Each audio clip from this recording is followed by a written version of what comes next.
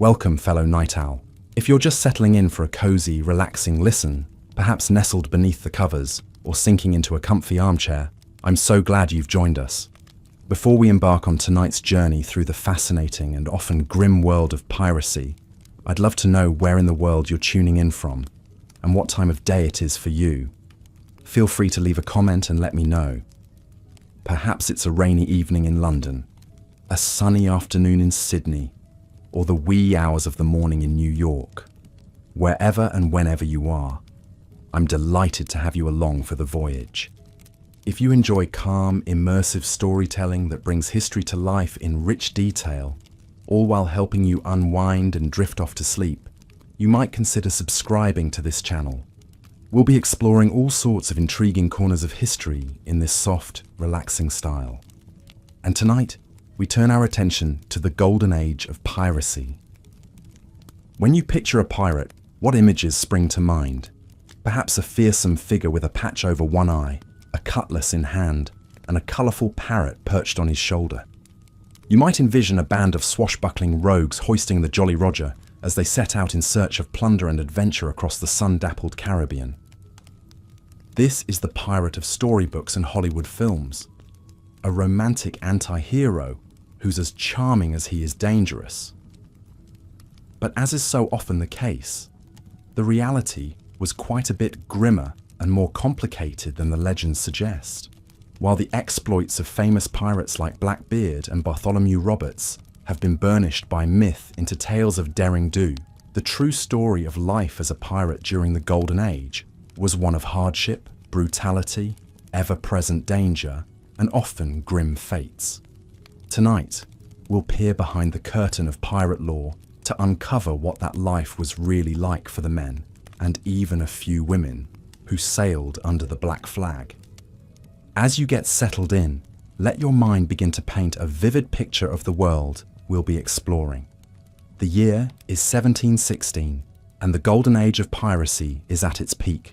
Across the Caribbean, the Atlantic, and the Indian Ocean, pirate ships prowl the waves, scouring the horizon for their next prize. But even as their fearsome reputation strikes terror into merchant crews and passengers alike, the reality for those aboard the pirate vessels is far from the promise of riches and glory. Let's begin our tale with a young sailor named James. James is 19 years old, the son of a struggling English farmer.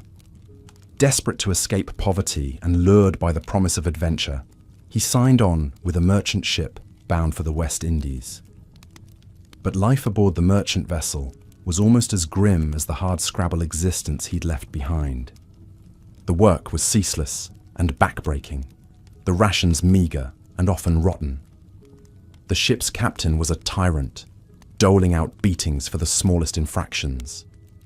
James found himself crammed into dark, filthy quarters with dozens of other miserable souls, constantly damp from the seawater that sloshed beneath the decks, and sick from the stench of unwashed bodies and bilge water. It was a brutal existence, but at least it offered the faint promise of wages and a chance at a new life in the colonies. That is, until James's ship was intercepted by a Royal Navy frigate short on crew. Invoking the hated practice of impressment, the Navy captain forced James and a dozen of his crewmates into service against their will. Now James found himself trapped in an even grimmer situation, forced to labour on a warship for pitiful wages and subject to even harsher discipline and dangers. He watched his fellow sailors succumb to scurvy, dysentery and the lash, all while facing the constant perils of battle and storm. After months of this misery, half-starved and driven to the brink, James and a handful of his desperate comrades saw their chance. Their ship had just taken a fat Spanish prize laden with treasure, and the captain had let discipline slack for a few precious hours of celebration. In the dark of night, James and his fellow mutineers slipped into the captain's cabin. A few moments of silent, bloody work later, they had control of the ship. And just like that, they ceased to be miserable Navy conscripts and became something else entirely: pirates. As you begin to drift off, let your imagination linger on this moment. James standing on the blood-slicked deck of his newly captured ship, a crisp Caribbean breeze whipping at his hair, as he and his fellow pirates hoist the Jolly Roger for the first time. The grim realities of the pirate life are still ahead of him. The long stretches of boredom and squalor, the ever-present threat of the noose. But for that one moment, with the promise of freedom and plunder ahead, perhaps you can understand the allure that drew so many desperate men to the Black Flag. We'll leave James there for now, as you settle deeper into relaxation, ready to explore more of his world. In our next chapter, we'll delve into the harsh realities of life aboard a pirate ship, the predatory economics, the brutal discipline, the ever-present spectre of disease and starvation. I hope you'll join me as the story unfolds. Until then, I wish you fair winds and sweet dreams.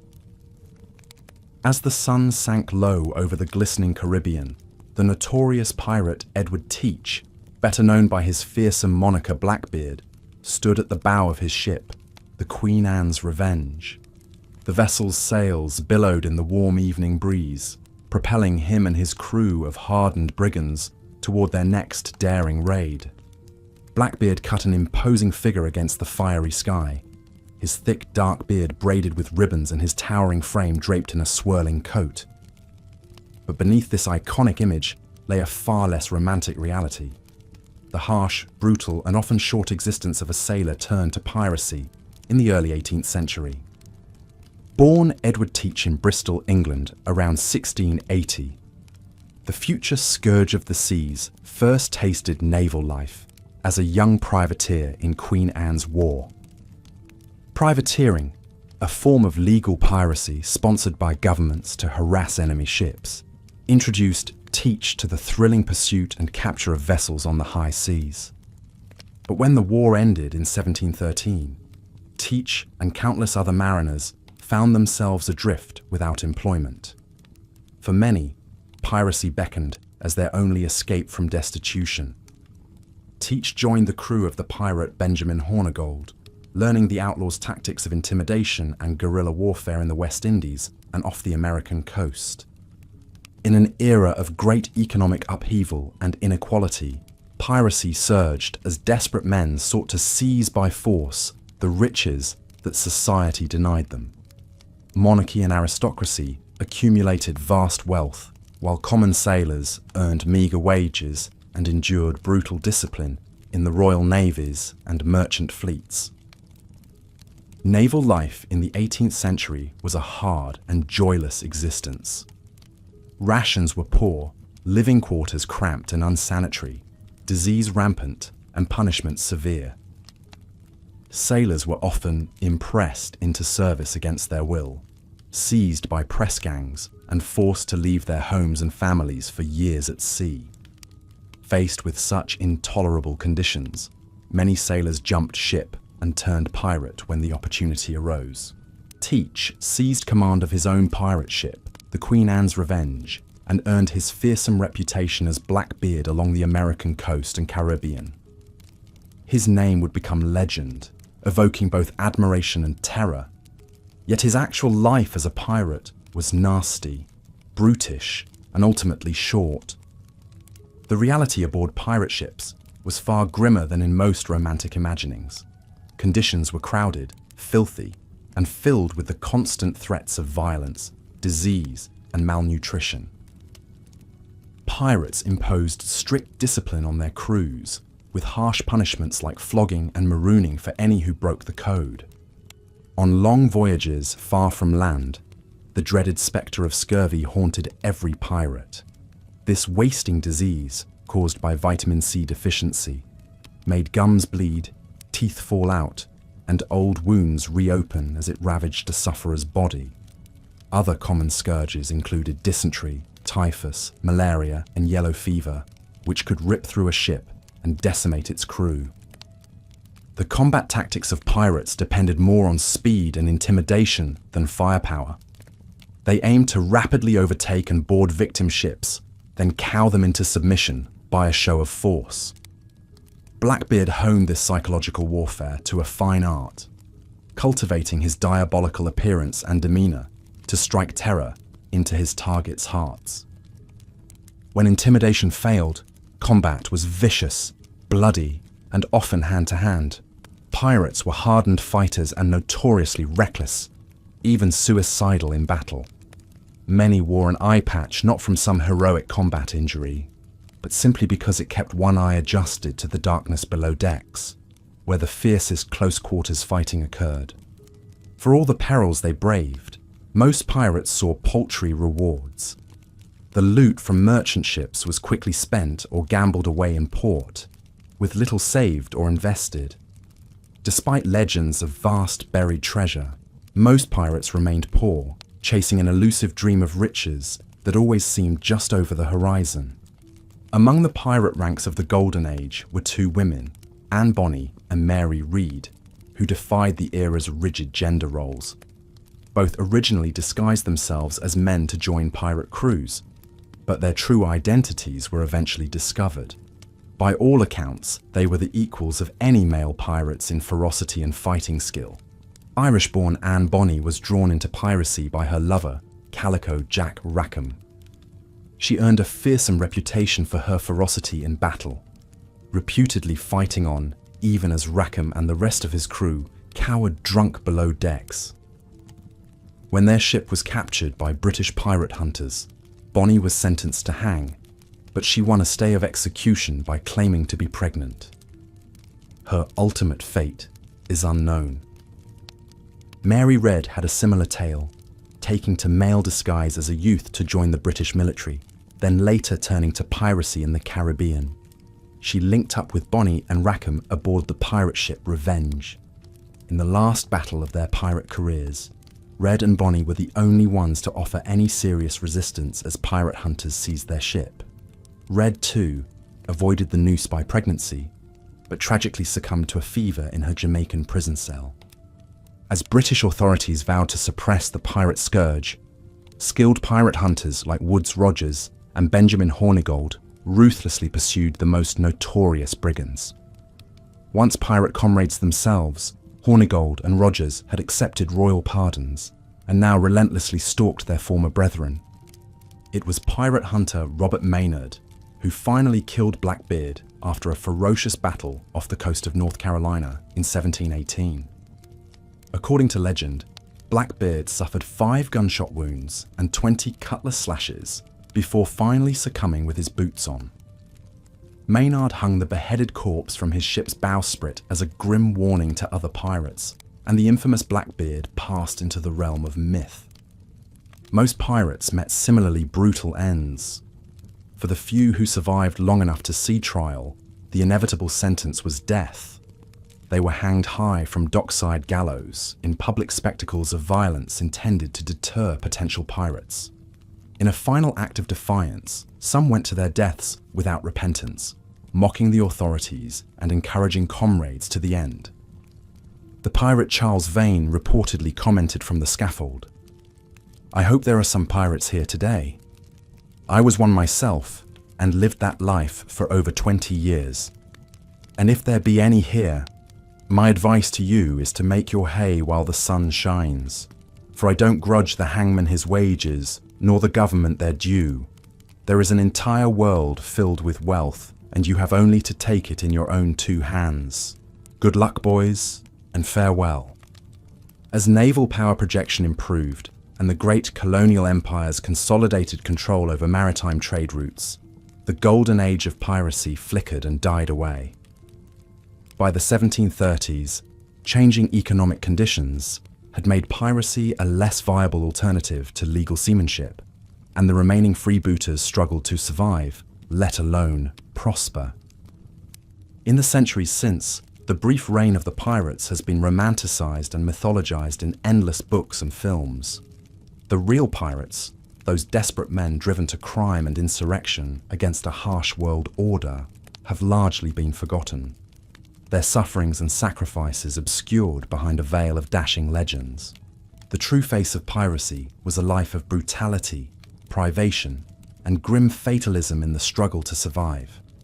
Pirates embraced lives of crime and violence not as romantic heroes, but as outcasts and renegades. They raged against their civilization's hypocrisies and iniquities, but their resistance was ultimately futile and self-destructive. So as you drift off tonight, spare a thought for Blackbeard, Anne Bonny, Mary Read, Charles Vane, and the faceless thousands of others who lived and died as pirates. Remember them not as the caricatures of popular culture, but as they truly were. Defiant and doomed rebels clinging to the margins of a cruel world. The last glimmering of that lost age fades into the gathering dusk as sleep's tides carry you to morning's shores. 11. The pirate's legacy. As the golden age of piracy faded into history, the real pirates who terrorized the seas would soon be eclipsed by the myth of the pirate that began to take hold in the popular imagination. In the centuries that followed, the brutal realities of pirate life, the hardship, the violence, the ever-present spectre of death, gradually gave way to an oddly romanticized image. In books, plays, and later films, the pirate transformed from a desperate criminal leading a short, brutal life into a jaunty, adventurous rogue.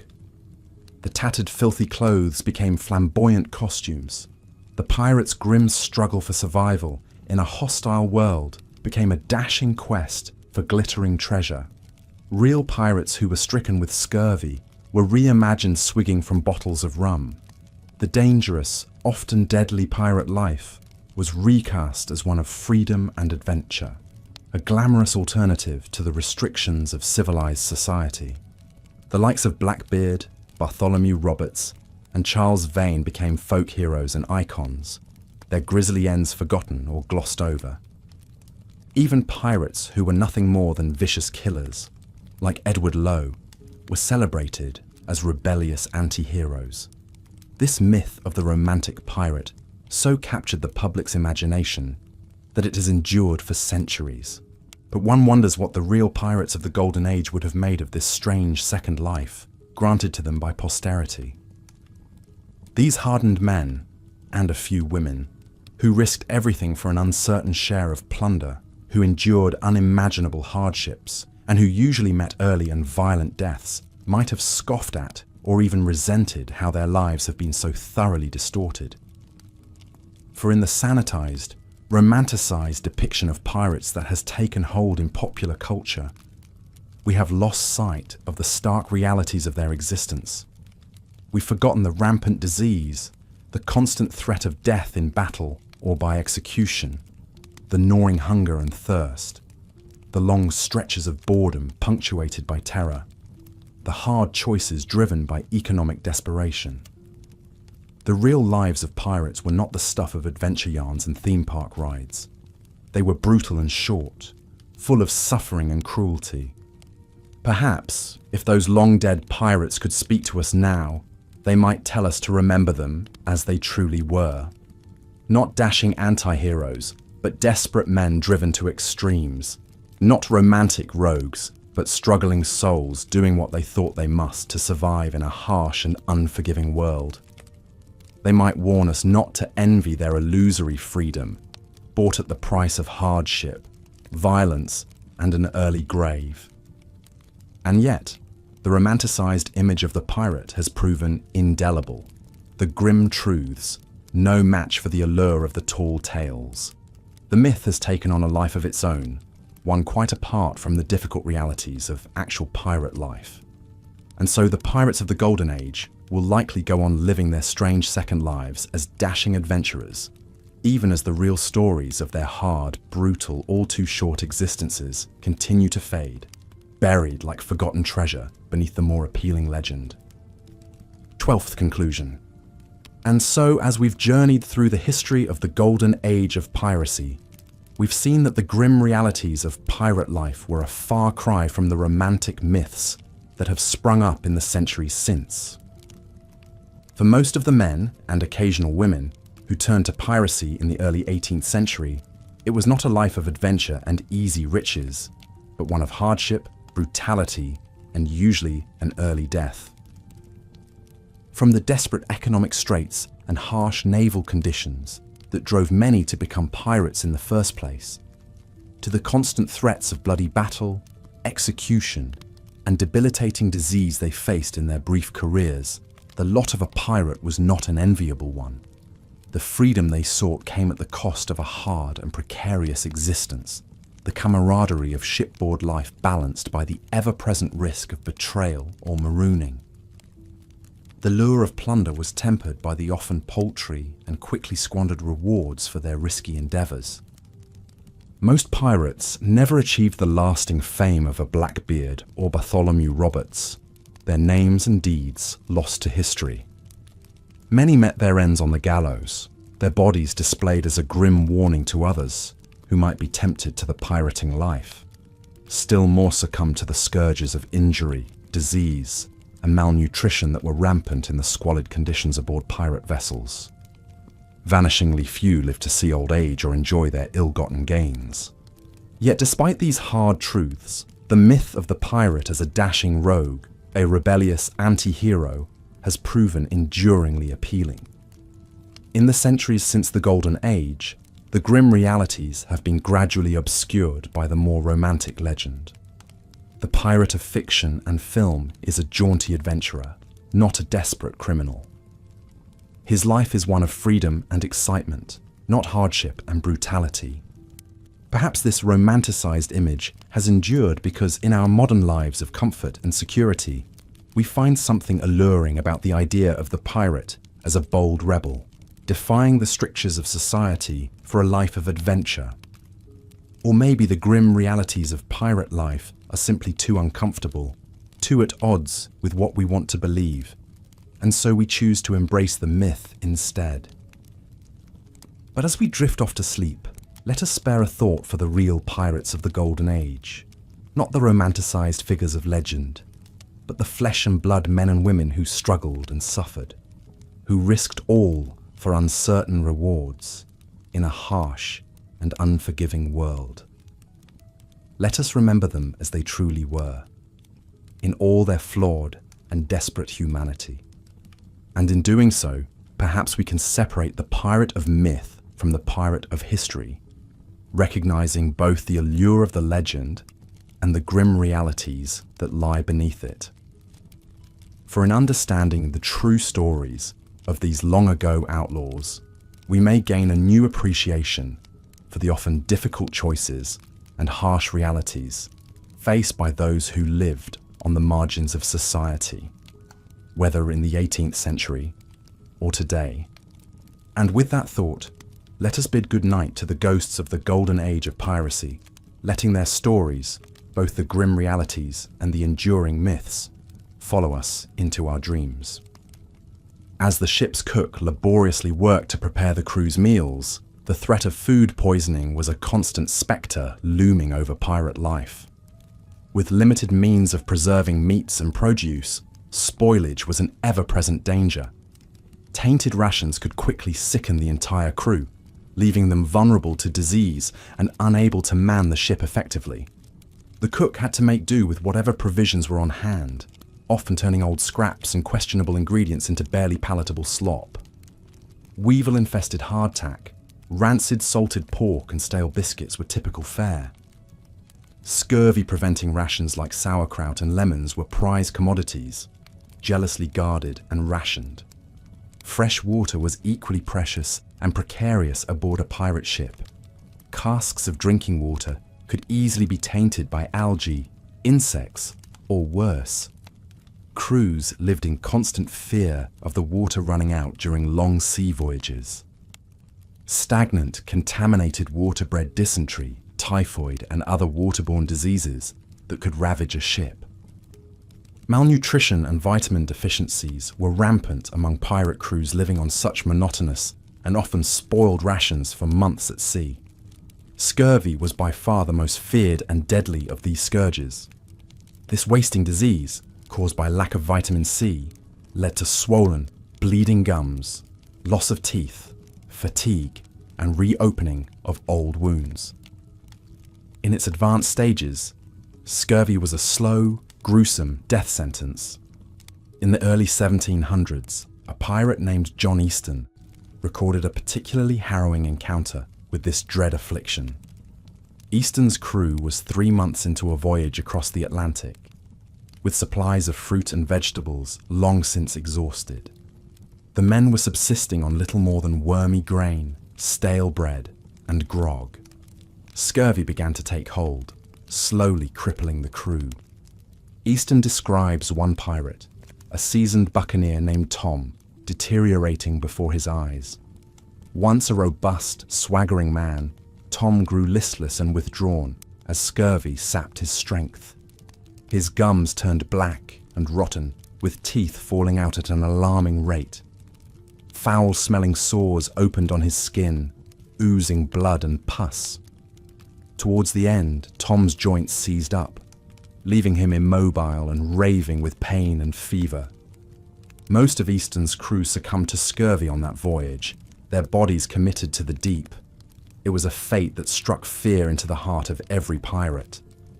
Hendrik van der Decken, a Dutch merchant sailor who turned to piracy, likened an outbreak of scurvy on board to a living death, with worm-ridden skeletons begging for the release of the grave.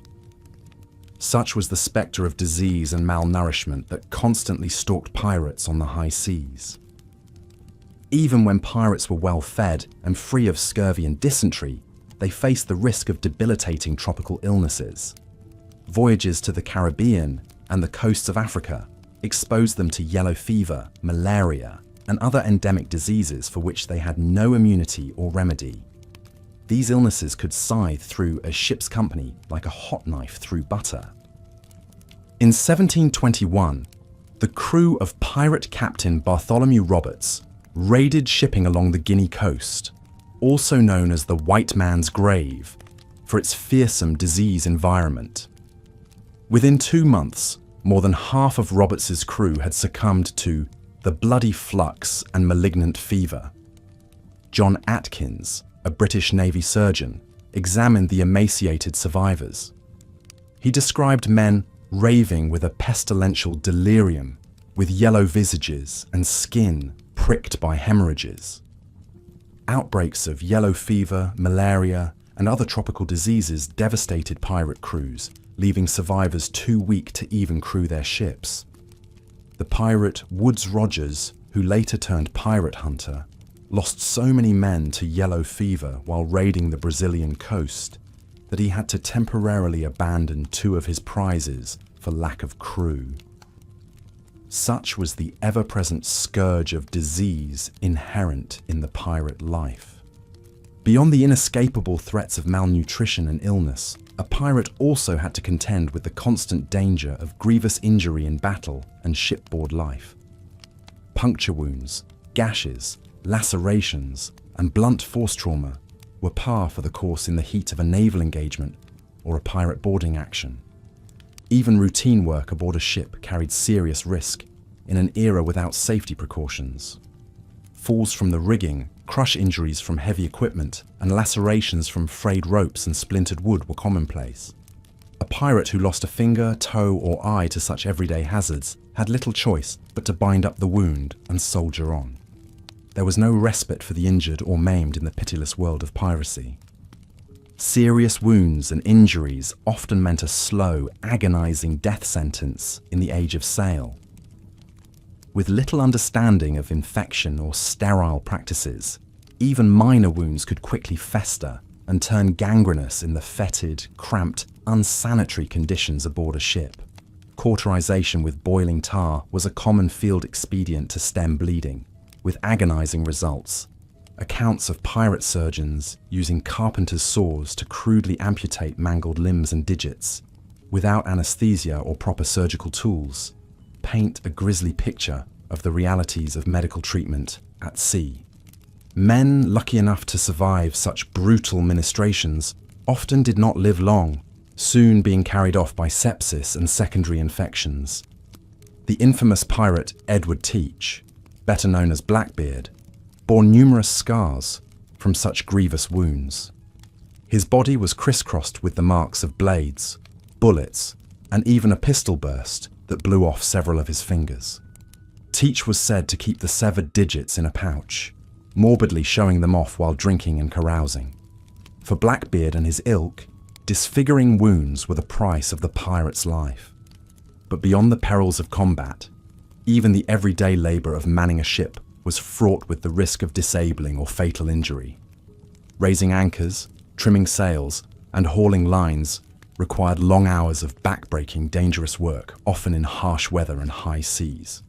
Sailors lost fingers to pinching ropes, broke bones in falls, and were crushed by swinging booms and yards.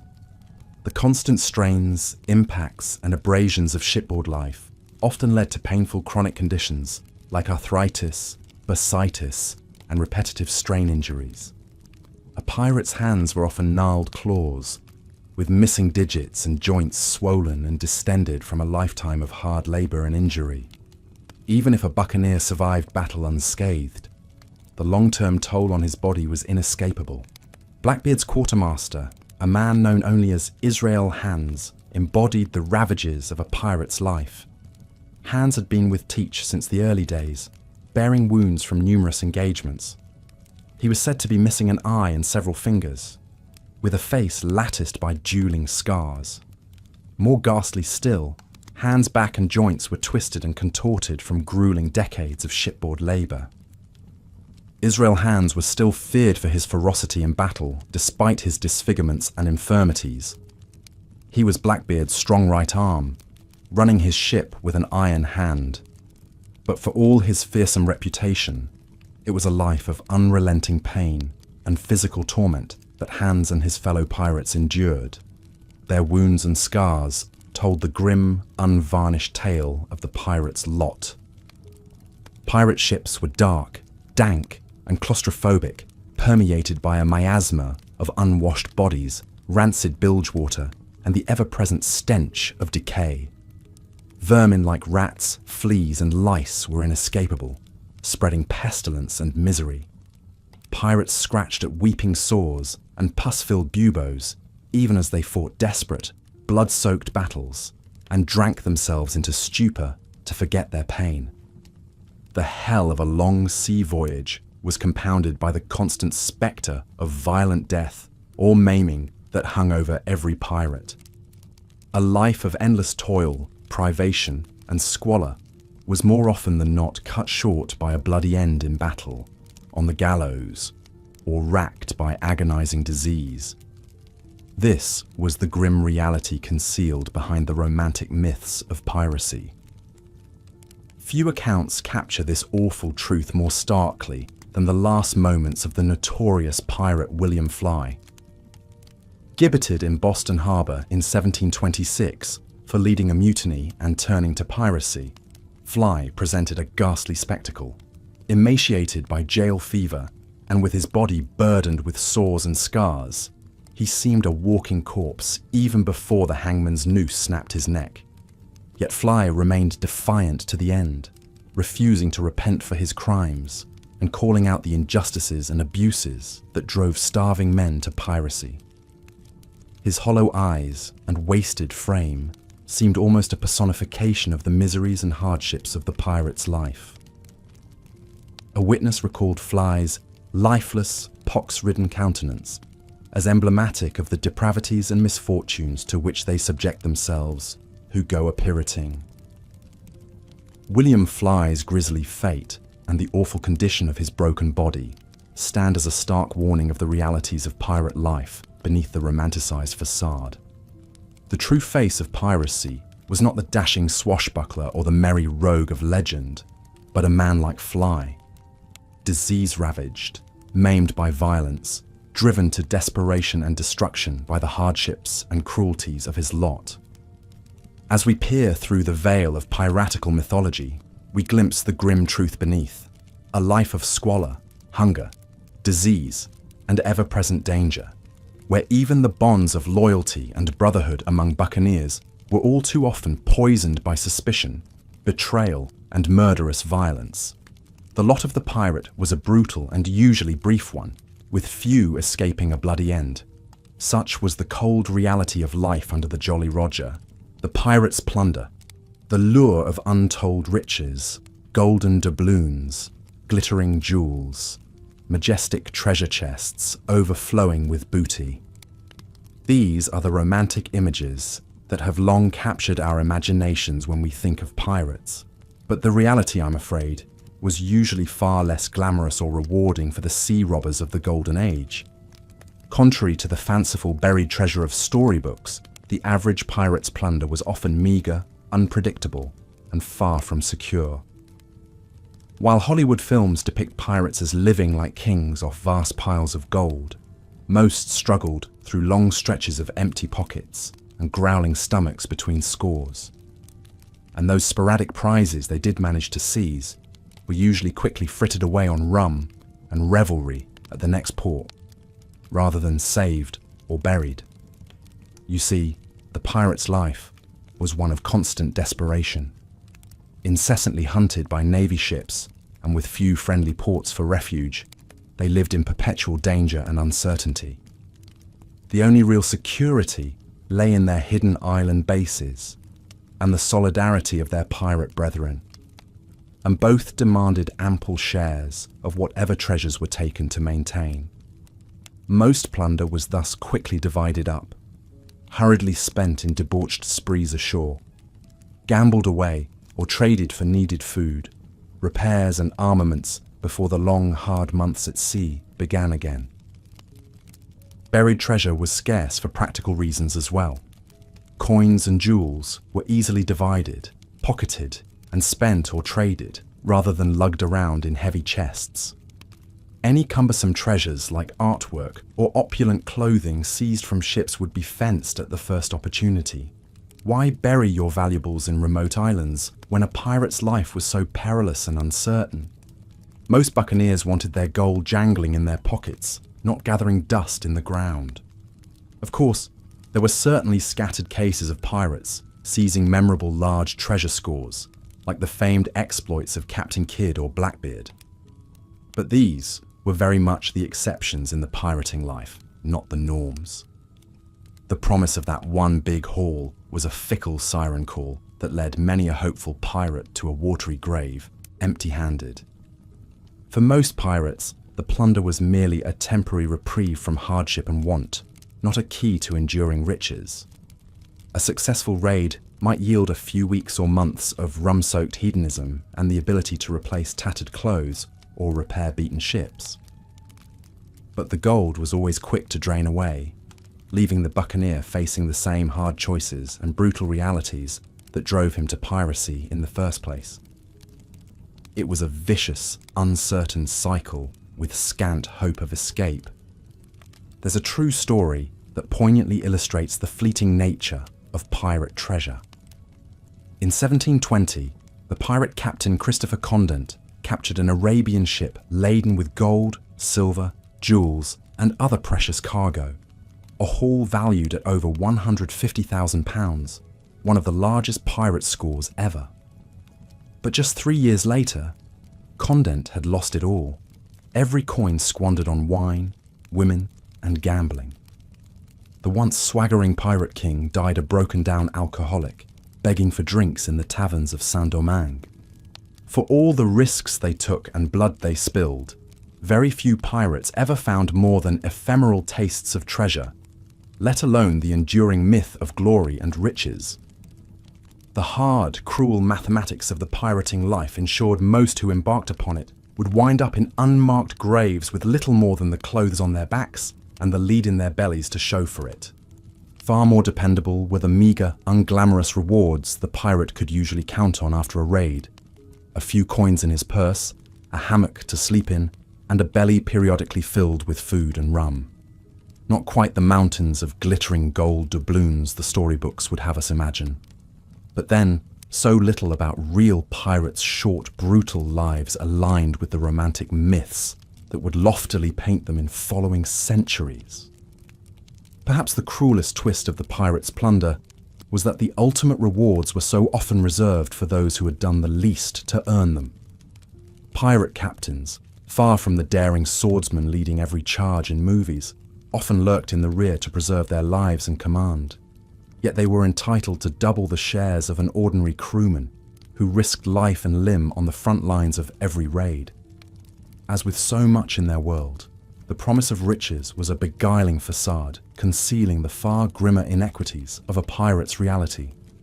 Still, the feverish draw of treasure was undeniably one of the foremost lures into the pirating life for many desperate sailors and adventurers. Spellbound by rumors of gold-laden galleons and glittering pirate hordes, they let the dream of a quick fortune blind them to the deadly realities that would likely greet them. Even if the average buccaneer never saw a fraction of the riches he imagined, the intoxicating thought that the next prize over the horizon just might change his fortunes forever was a powerful opiate indeed. As you drift off tonight, let those romantic images of pirates' gold and jewels dance in your head a while, the dazzling baubles and chests spilling over with glittering plunder.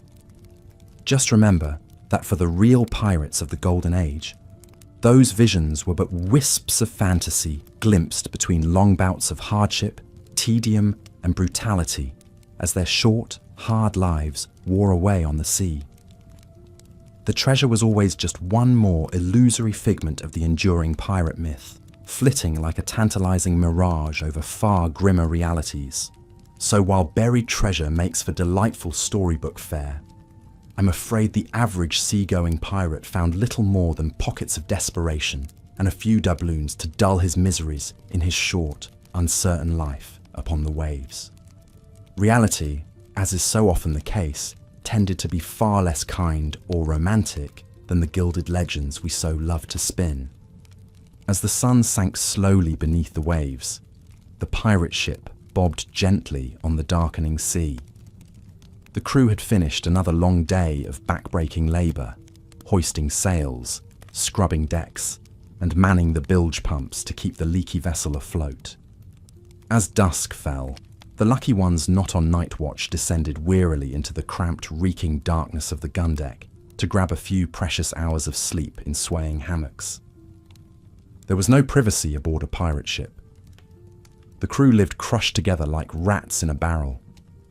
The gun deck was a long, narrow space, just 5 feet high, running the length of the ship. Dozens of unwashed, hard-bitten men slung their hammocks wherever they could find room amidst the hulking shapes of cannons. The air was thick with the stench of sweat, tar, tobacco smoke, and the sickly sweet reek of rock-gut rum. There was barely room to sit up in your hammock without your head brushing the begrimed beams above. Here the pirates were packed cheek by jowl, with no escape from the coughs, curses, and drunken mutterings of their fellows. Sleep came uneasily, if at all, as the ship creaked and groaned, rolling in the unceasing swell of the sea. Rats scurried in the shadows, scavenging for crumbs. Clouds of fleas and lice tormented the sleepers, leaving them poxed with itching bites that became festering sores in the humid filth. It was a relief to escape the fetid, suffocating warren of the gun deck, even for a shift of exhausting labour in the salt spray and scorching sun above. Such was the lot of the common seaman aboard a pirate ship in the early 18th century, the twilight years of the golden age of piracy. It was a hard, joyless existence, a life of grinding toil, wretched deprivation, and constant peril, miles removed from the fanciful romance of adventure novels and Hollywood films. Most who turned pirate were refugees from even worse abuse and exploitation aboard naval and merchant vessels. The golden promise of piracy, a life of freedom, plenty, and easy riches, was rarely more than a cruel mirage. The pirate's life was typically nasty, brutish, and short. If the ever-present spectres of violent death in battle and shipboard accident could be avoided, a host of grim afflictions still awaited most buccaneers. Scurvy, typhus, dysentery, malaria, and yellow fever raged through ships whose cramped and unsanitary conditions were almost perfectly designed for incubating and spreading disease. Even a small cut could quickly fester into a fatal infection in the squalid conditions. The inevitable toll of illness and injury was magnified by poor diet and sanitation. Pirates subsisted on biscuits infested with maggots and weevils, on rancid salted meat and foul brackish water. Chronic dehydration in the searing heat added to their miseries, as did the ever-present lash of the ship's disciplinarians. A harsh code of conduct prevailed, and rule breakers, even over petty infractions, could expect swift and merciless punishment, from keel hauling and marooning to flogging and mutilation. It was a life almost unimaginably removed from the fantasies of swashbuckling adventure that have long captured the popular imagination. In 1724, the British author Captain Charles Johnson, a pseudonym most likely for the writer Daniel Defoe, published a sensational bestseller that would do much to mythologize the lives and exploits of pirates. His general history of the pirates was a vivid, fictionalized anthology, chronicling the careers of the era's most notorious buccaneers, from Blackbeard to Bartholomew Roberts to the woman pirate Anne Bonny. Though Johnson had plainly embellished many of the tales for dramatic effect, his rollicking yarns of duels and chases, of fabulous buried treasure and pirate utopias, fired readers' imaginations. His book ignited a craze for pirate lore that has never really faded, as generation after generation has thrilled to romanticize depictions of pirate life. But the reality for the vast majority of pirates was one of constant danger, hardship and squalor, devoid of riches or glory. Most who turned pirate came to their decision less from dreams of golden plunder and glorious liberty than out of sheer desperation to escape even grimmer circumstances.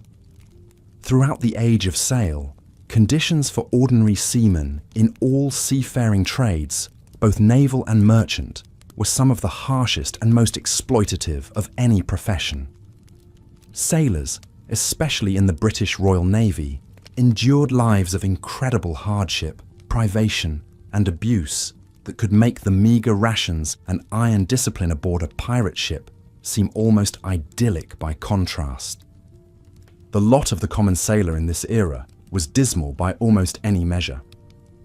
Seamen on merchant and especially naval vessels could expect endless strenuous labour for scant pay in squalid, oppressive, and frequently life-threatening conditions.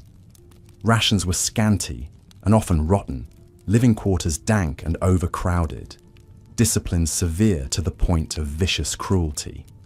Naval wages for ordinary seamen were meagre and frequently in arrears.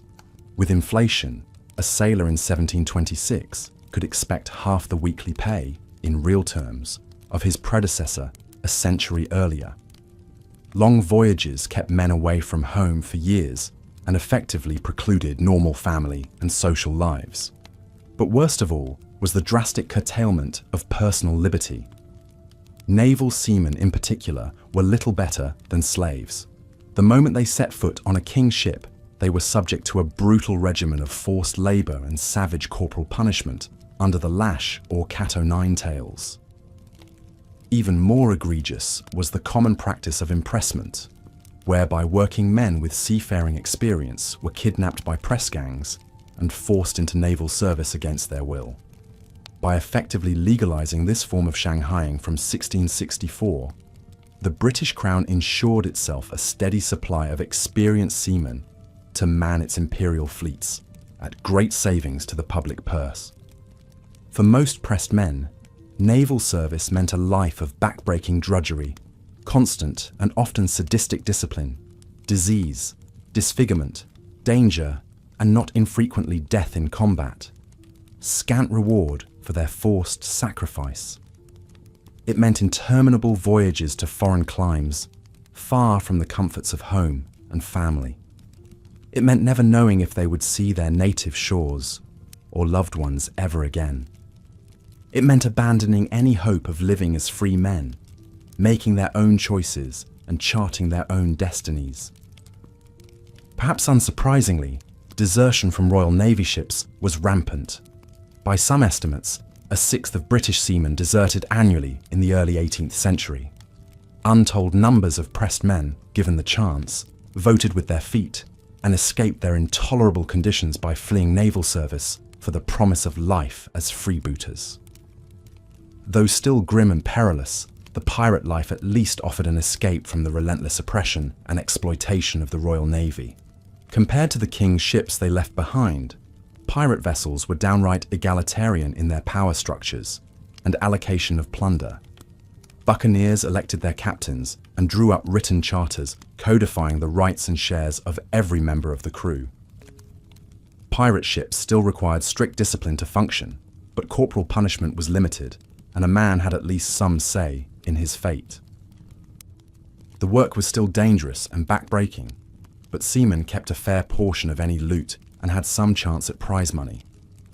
Most of all, a kind of freedom and rough democracy prevailed amongst pirate crews that was found nowhere else in the rigidly hierarchical and authoritarian world of the 18th century, on land or at sea.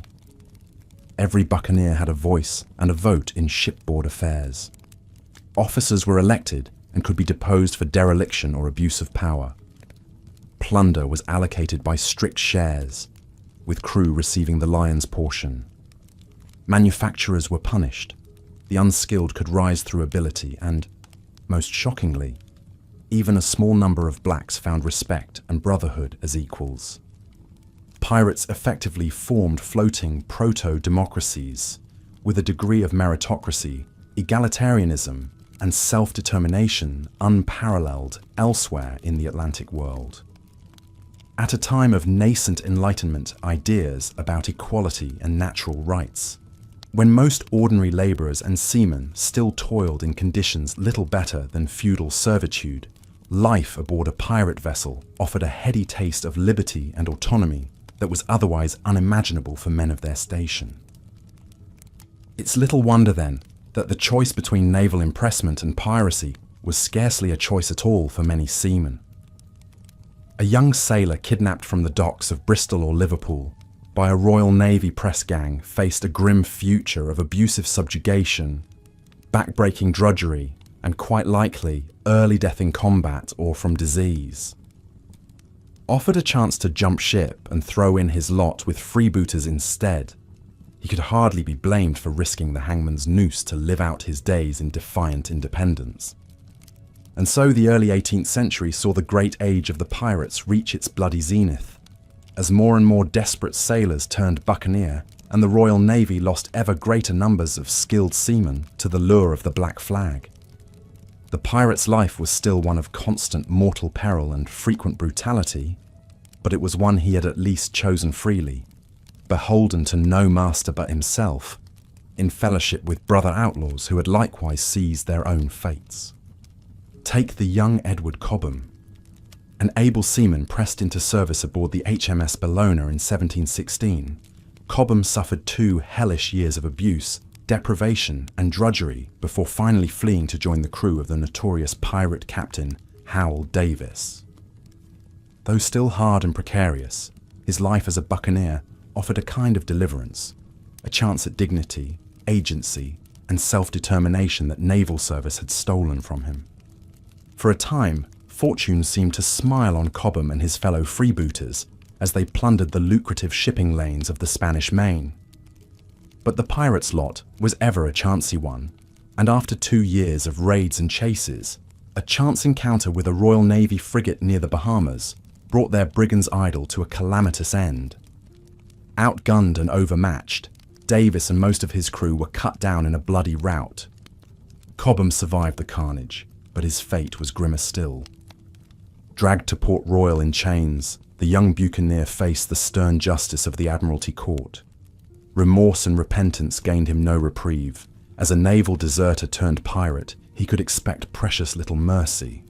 The morning of November 16th, 1720 found him in manacles atop a crude gallows at Gallows Point before a bloodthirsty crowd, noose knotted about his neck. As the jeers of the mob rang in his ears, Cobham's last thoughts were likely of his agonizing betrayal at the hands of the Royal Navy, and the brief, shining promise of the freedom he had seized in defiance of his impressed servitude. And then, the trapdoor dropped, and an awful snapping of bone signalled that, like so many of his freebooter brethren, Cobham's dance upon the gallows was done. His body twisted slowly in the sea breeze. Crows already gathering in the periphery as the crowd dispersed, eager for the next grisly spectacle. Thus passed Edward Cobham, buccaneer, by way of the Marshal's dance, an end that awaited the luckless majority of those who embarked upon the sweet trade of piracy. For all the perils and hardships of their life, remarkably, a few extraordinary women also made their mark as pirates during the Golden Age. Most famously, Anne Bonny and Mary Red. Unlike the crushing majority of female contemporaries, forever shackled to domestic drudgery, their fates circumscribed by the men who owned them as wives and daughters, Bonny and Red seized the freedom of the outlaw and lived large upon the high seas. Though they hailed from wildly disparate backgrounds, Bonny, a high-born, wild-tempered Irish beauty, Red, a penniless English tomboy, the two women were kindred spirits, driven to piracy by rebellion against the soul-crushing futures that limited their sex. Bonny fled scandal and an arranged marriage to elope with the penniless sailor Jack Rackham. Red bound her breasts, took a male name, and sought her fortune as a soldier, then as a buccaneer. Together they forged a defiant sisterhood, fighting and carousing alongside the men, asking and giving no quarter in combat. For a few short years, Bonny and Red lived with a brash, dizzying freedom that was otherwise unthinkable for women in the 18th century.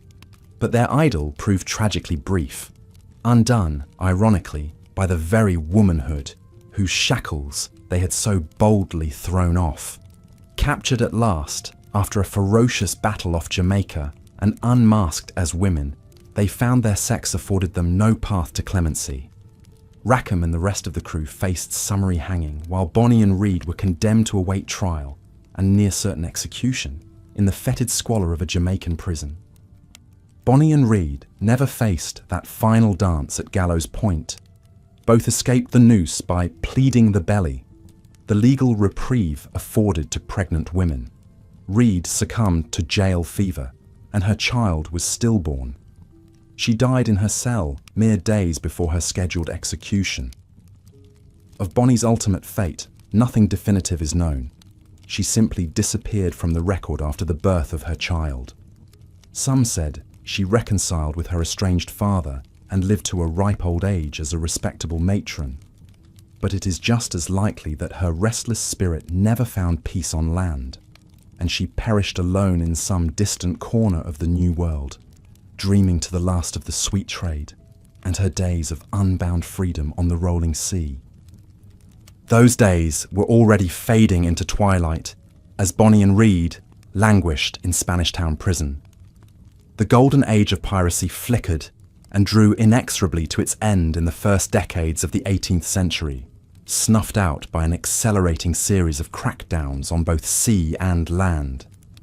The British Crown and Royal Navy escalated their campaigns against buccaneers, driven by the need to protect expanding imperial trade routes. Pirate havens like Nassau and Port Royal fell one by one, scoured clean of freebooters by marine assault and land invasion. Pirate hunting became an industry in its own right, as the Admiralty contracted private men of war to seek out and destroy the brigand scourge. Pirate hunters like Woodes Rogers and Benjamin Hornigold, once pirates themselves, now turned mercenary in the service of the Crown. Rogers in particular was a tenacious and merciless pirate killer, pursuing his former brethren with a convert's zeal. In 1718, the king appointed him royal governor of the Bahamas, specifically to wipe out the pirate menace. Rogers took to the task with gusto, announcing a blanket pardon for all pirates who surrendered, but promising to exterminate with fire and sword all who refused. True to his word, he made the gun's smoke-choked waters around Nassau run red in a series of savage clashes with recalcitrant freebooters. The infamous Charles Vane held out longest, waging a guerrilla war of desperate evasion. But the writing was on the wall.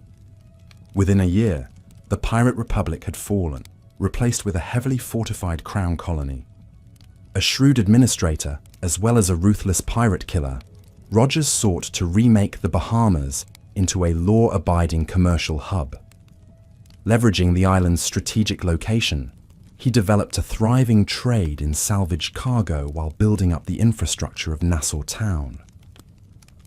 His carrot and stick approach worked. Pardoned pirates streamed in to accept clemency and the opportunity for a new, peaceful life as settlers. But diehards like Vane fought bitterly to the end and were duly hanged for their obstinacy. Once the flagship of the Golden Age, Nassau now stood as the gallows of its final resistance. The story played out over and again across the Caribbean. The noose tightened by the year around the pirate world as their former havens fell like dominoes. Port Royal, Tortuga, St. Thomas, St. Croix, even remote Madagascar. Wherever freebooters once found sanctuary to careen, conceal their plunder, and revel in liberty, increasingly they found royal garrisons and the steel jaws of the Admiralty's justice snapping at their heels. Ever-growing convoys of naval frigates and private pirate hunters relentlessly hounded the surviving buccaneers at sea. Ever-diminishing spaces offered them safety or succor on land. Even as their tactical options shrank, changing economic conditions snuffed out much of the incentive for piracy in the first place. A global trade depression hit the flow of rich commerce that was the lifeblood of buccaneering. Wages for regular seamen began to rise, while prize-taking became more uncertain and financial backers more skittish. Many surviving pirates calculated that the risks of the sweet trade were no longer worth the rapidly diminishing rewards. Slowly, inexorably, piracy began to flicker. We last left off with a description of the horrific conditions aboard filthy, overcrowded pirate ships, and the brutal code of conduct that governed the desperate men who crewed them. Infractions as minor as stealing a fellow pirate's share of food could be punished with marooning, a slow, agonizing death sentence alone on some desolate island. Such was the fate of two hapless souls aboard the pirate ship Revenge in 1718. Convicted by the crew of swiping extra rations, the two men were set ashore on an uninhabited spit of land off the Bahamas, with only a flask of gunpowder and a bottle of rum to speed their demise. One can only imagine the growing despair they felt watching the Revenge's sails vanish over the horizon, knowing that only miles of empty ocean now surrounded their sandy prison. Such harsh punishments paled in comparison to the ever-present spectres of disease and malnourishment that plagued pirate ships. Expeditions could drag on for months, with no sight of land or resupply, and the only food was often maggot-infested meat and stale, weevil-ridden biscuits. Without access to fresh fruit and vegetables, scurvy was a pirate's constant companion. The accounts of pirate surgeon John Cranky vividly capture the suffering this vitamin deficiency inflicted. In his journal, he describes a pirate named James Dougal, whose teeth loosened and gums grew so spongy and rotten that he could suck his mouth full of blood by merely closing his lips. As the disease progressed, Dougal was racked by joint pain, his skin erupted in foul-smelling sores, and he spit out bits of his own putrefying flesh. After 2 months of agony, he finally succumbed, one of countless pirates to fall victim to the nutritional ravages of life at sea. When they weren't slowly wasting away from disease or malnutrition, pirates faced the prospect of sudden and violent death in combat. While popular culture often portrays them as swashbuckling adventurers, real pirates relied far more on speed, surprise, and intimidation than swordplay and daring-do.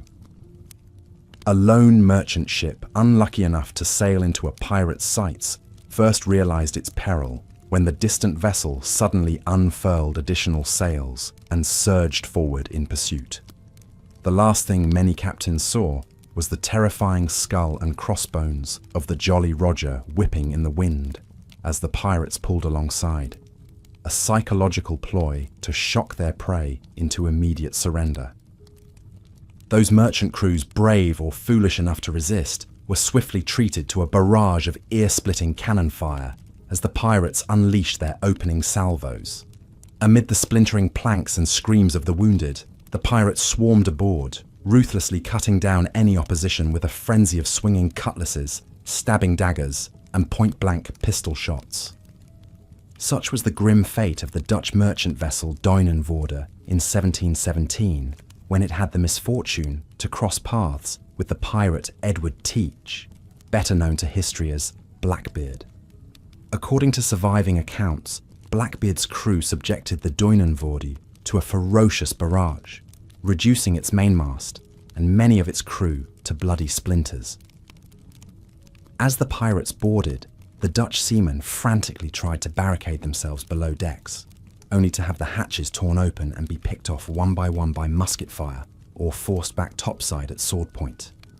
Within minutes, the decks were slick with blood and the pirates were in total control. Blackbeard, a towering figure with a wild black beard braided with ribbons, strode through the carnage with a necklace of his victim's ears bouncing against his chest. He ordered the Duinenvoorde thoroughly plundered, even having his men hack gold inlay out of the ship's woodwork. Barrels of sugar and sacks of coffee were loaded aboard his ship, the Queen Anne's Revenge. The surviving crew were stripped of their clothing and possessions.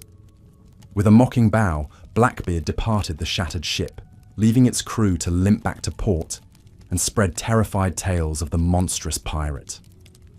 After risking scurvy, maiming, and violent death, one might imagine that pirates who survived a raid were handsomely rewarded. The promise of treasure was certainly alluring to desperate men, but the reality was often far less glamorous than the fables of buried chests groaning with gold doubloons and glittering jewels. Most of a pirate's plunder consisted of the everyday trade goods filling merchant ships: bolts of cloth, barrels of flour, sacks of tobacco, things that could be sold in port for a modest profit, but hardly made one rich overnight. Spanish treasure galleons made irresistible targets, but were relatively rare and zealously guarded by warships. What profit pirates did make was divided according to a fiercely egalitarian code. A share was even apportioned for the ship's fund to compensate crew who lost limbs in battle. The lion's portion went not to the captain but to the crew, with even the lowliest seamen guaranteed their cut. This was one reason for the brutal discipline aboard pirate ships, as each man jealously watched his fellows for any whiff of unfairness that might cheat him of his rightful due. When shares were handed out, pirates tended to quickly drink, gamble, and whore away their earnings in the nearest port in a riotous bacchanal of vice and excess. For most pirates, the promise of wealth was an elusive siren song that drove them to ever greater risks and depravity, yet remained always just out of reach. They chased a fantasy of riches and freedom, even as the grim realities of shipboard life slowly dragged them closer to a watery grave or the hangman's noose. Yet not all souls aboard pirate ships were desperate men driven to crime. A handful of women carved out a place in this brutal world, disguising themselves as men to seek out the promise of adventure and autonomy, denied their gender on land. Two rose to infamy and came to haunt the seas in the early 1700s. Their names were Anne Bonny and Mary Red. Both had grown up on the margins of society, finding their way into piracy by circuitous paths. Bonny was the headstrong, flame-haired daughter of an Irish lawyer. Disowned by her family for marrying a penniless sailor, she later abandoned her husband to take up with the charismatic pirate captain, John Calico Jack Rackham. Red had a stranger path still. Raised as a boy by her widowed mother to gain access to inheritance money, she lived most of her life with her true sex concealed. She found work as a sailor and later a soldier, fighting in European wars before jumping to the West Indies and piracy. According to pirate law, Bonny and Reed met by chance. Bonny, already serving aboard Rackham's ship, took a liking to the handsome young pirate who just joined the crew, only to discover he was a woman in disguise just like herself. The two became fast friends and perhaps more, Some tales whisper of a scandalous secret romance. What's undisputed is that Bonnie and Red quickly forged a fearsome reputation as two of the toughest, most ruthless pirates in Rackham's crew. During the heat of battle and the chaos of boarding, their male disguises slipped and their identities were revealed to all. Yet their ferocity and skill at arms only burnished their notoriety. In one famous incident, Rackham and most of the male crew fled below decks during a battle with a Jamaican patrol boat, leaving Bonnie and Red alone to fight on. As the male pirates cowered, the two women rained curses, insults, and even volleys of gunfire down the hatches, exhorting their crewmates to grow some spine and get back up to the battle. Their meteoric pirate careers came to an abrupt end when Rackham's ship was cornered by pirate hunters in 1720. The crew was too busy swilling rum to put up much resistance. Only Bonnie and Red fought like furies against the boarding party until finally subdued. All were hauled off to Jamaica to stand trial. Rackham and the other men were quickly convicted and hanged. Bonnie and Red escaped the noose by pleading their bellies, revealing they were both pregnant. The tactic merely delayed their date with the gallows, or so it seemed. But fate, as ever, had its own twists in store. Red succumbed to a fever mere days before her scheduled execution. Bonnie languished in prison longer, spitting curses at visitors and even her own doomed lover Rackham. "Had you fought like a man," she allegedly sneered at him, "you need not have hanged like a dog." Then the records fall silent and she simply vanishes from history, either perishing in squalor or somehow slipping the hangman's grasp to start life anew. Such were the larger-than-life careers of Bonnie and Red. Forged in a crucible of hardship, their brash exploits captivated the public of their time and ever since. They stood as symbols of women who refused to accept the downtrodden roles forced upon them by society, but instead carved their own path through a world of men with swagger, steel, and the occasional swig of rum. But whether man or woman, a pirate's life was usually as short and brutal as it was daring.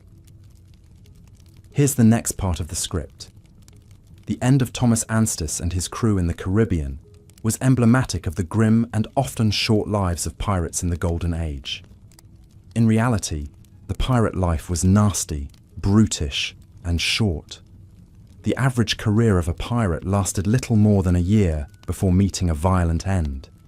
Even the famous pirates whose names still echo through the centuries rarely survived more than 2 or 3 years of freebooting.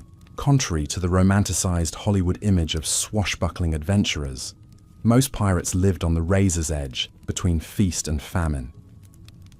A crew might pull off a rich score and live large in a friendly pirate port for a short spell, but their plunder would soon be frittered away on wine, women, gambling, and paying off debts. Before long, they'd be driven back out to sea, desperate for the next prize. Pirates were motivated less by get-rich dreams than the desire to escape the back-breaking drudgery of legitimate sailors' work. But their shipboard life was often just as full of ceaseless toil. Mending sails and rigging, pumping bilges, hauling at the capstan. And it carried the constant risk of battle wounds, amputations, tropical diseases with no medical care. A pirate ship's articles guaranteed each man an equal share of any spoils. But it was very much easy come, easy go. Only a few famed pirate captains ever accumulated any lasting wealth.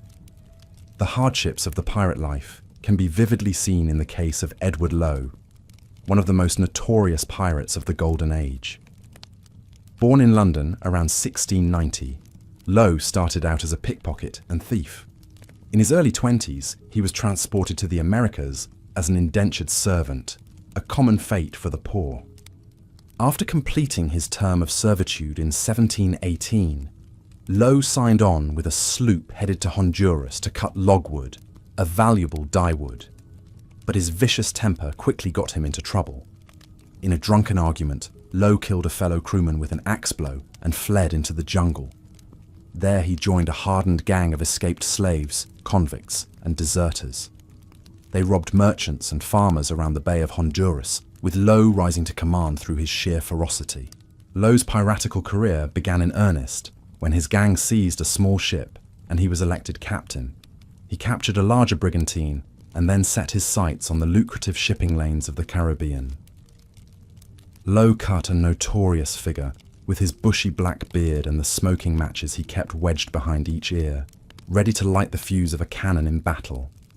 He and his crew terrorized the Caribbean for 2 years, taking over 100 ships flying English, French, Spanish and Portuguese colors. Lowe had a reputation as the most bloodthirsty pirate of his day. He was infamous for torturing prisoners, cutting off ears and noses, even roasting victims alive on his deck to make them reveal where valuables were hidden.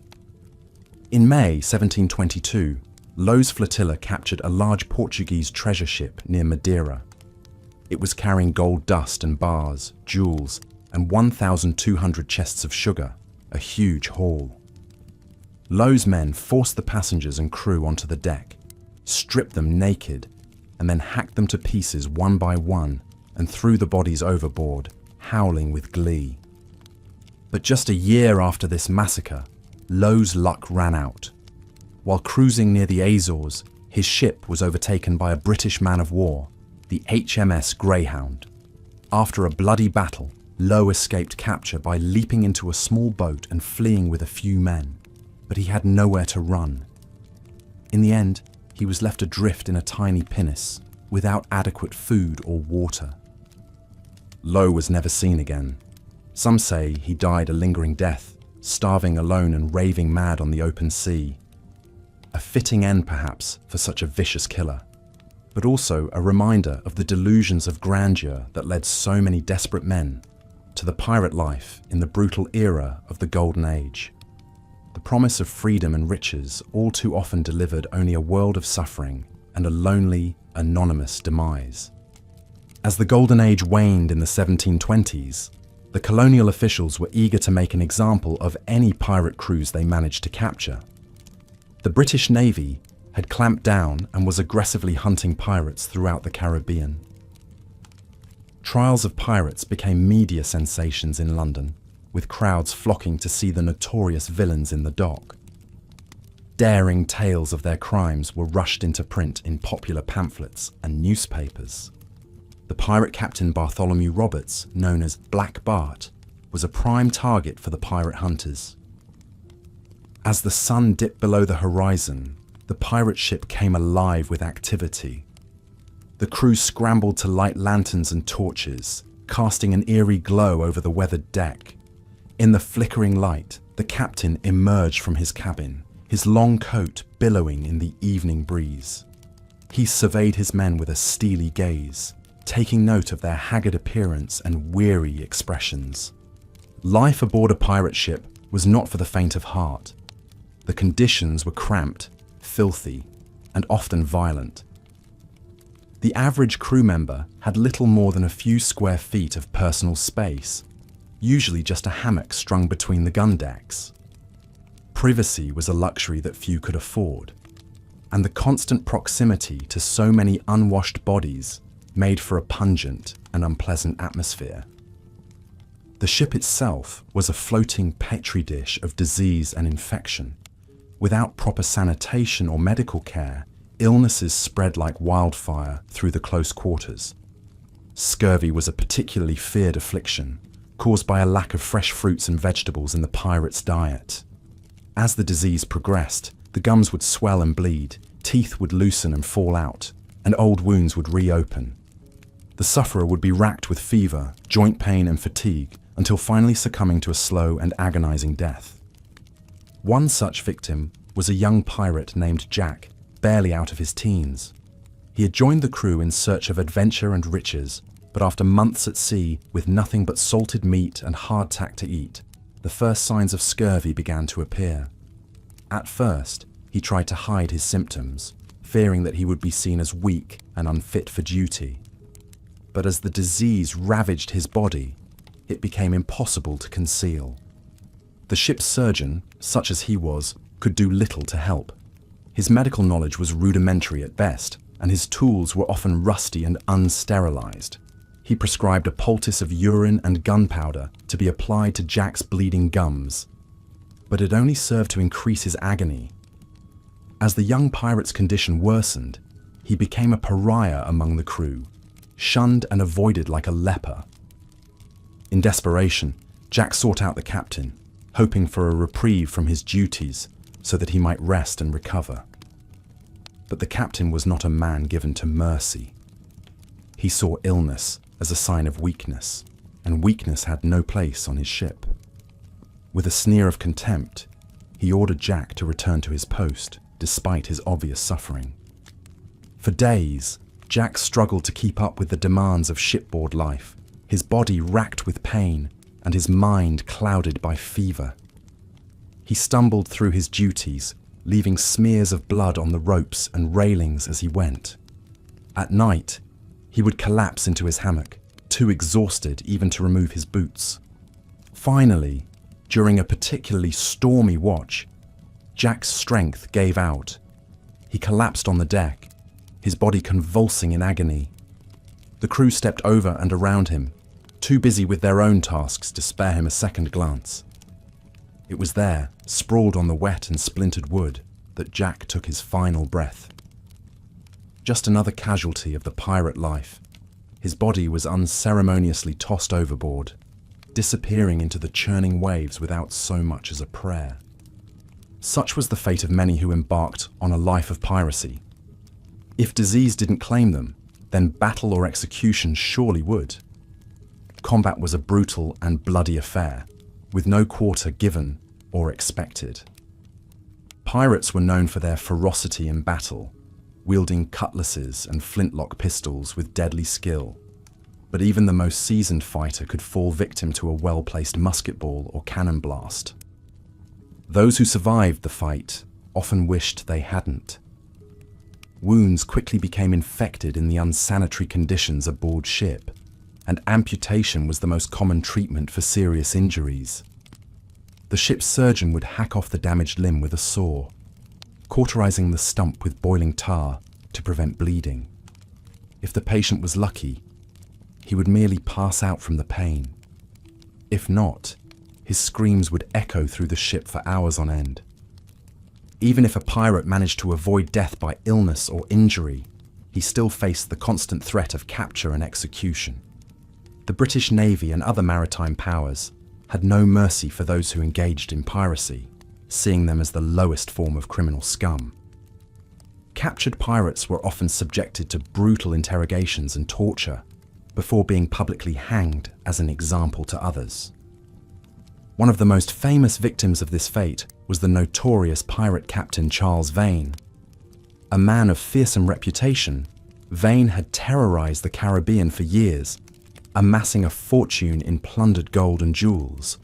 But his luck finally ran out when he was captured by a British naval vessel in 1720. Vane was taken back to Jamaica in chains, where he was put on trial for his crimes. The evidence against him was overwhelming, and he was quickly found guilty. On the day of his execution, Vane was paraded through the streets of Port Royal, his hands bound behind his back and a noose around his neck. A jeering crowd pelted him with rotten fruit and dead cats as he stumbled towards the gallows. At the scaffold, Vane was given a chance to speak his last words. But instead of expressing remorse or begging for mercy, he used his final moments to curse his captors and vow revenge from beyond the grave. As the executioner tightened the noose around his neck, Vane let loose with a string of profanities so vile that several women in the crowd fainted dead away. And then, with a sickening crack, it was over. Charles Vane, the scourge of the Caribbean, was dead. His body was left to rot in the sun as a warning to other would-be pirates, a grim reminder of the fate that awaited them if they chose a life of crime on the high seas. But even in death, the legend of Charles Vane lived on. Tales of his exploits spread far and wide, becoming more embellished and fantastical with each retelling. In the years that followed, he would be transformed from a vicious criminal into a romantic anti-hero, a symbol of rebellion against the oppressive forces of the British Empire. It was a fate that would befall many pirates in the centuries to come. As the golden age of piracy faded into history, the brutal realities of the pirate life were gradually forgotten, replaced by a mythology of adventure, romance, and buried treasure. In books, plays, and eventually films, pirates became dashing rogues and lovable scoundrels, their crimes and cruelties glossed over in favor of a more palatable narrative. But the truth of the pirate life was far darker and more complex than any storybook could capture. For every swashbuckling hero like Captain Jack Sparrow, there were dozens of men like poor Jack the scurvy-ridden deckhand, whose suffering and sacrifice have been lost to history. And for every glamorous tale of buried treasure and daring escapes, there were countless stories of brutality, disease, and despair. Perhaps that is why we continue to be fascinated by pirates, even as we recoil from the grim realities of their existence. They represent a kind of freedom and rebellion that we can only imagine, a life lived on the edge of society and the law. But they also remind us of the darker aspects of human nature, the cruelty and greed that lurk beneath the surface of even the most civilized among us. As the last light fades from the sky and the pirate ship sails on into the night, we are left to ponder these contradictions, the romance and the reality, the heroism and the horror, the freedom and the fate that awaited all who flew the black flag. And in the end, perhaps we are not so different from those long-dead pirates, searching for meaning and adventure in a world that is often harsh and unforgiving. So let us raise a glass to the pirates of old, those brave and terrible men who lived and died by the sword and the sea. May their stories continue to captivate and horrify us, even as we rest our heads and drift off into a more peaceful slumber. For in the end, that is the true legacy of the pirate life. Not gold or glory, but the enduring power of a tale well told, echoing through the ages like the ghost of Charles Vane, cursing and laughing in the wind. As the sun dipped below the horizon, painting the Caribbean sky in vivid streaks of orange and red, the pirate ship came alive with activity. Lanterns were lit, casting a flickering glow across the weathered deck planks. The crew gathered around, some perched on barrels or coils of rope, others leaning against the gunwales. They spoke in low, gruff voices, swapping tales of past raids and narrow escapes. Among them sat a grizzled old pirate, his face etched with scars and his remaining eye gleaming in the lantern light. The younger crew members looked to him with a mix of reverence and fear, for he was a living legend, a man who had seen and done more in his decades on the high seas than most could imagine.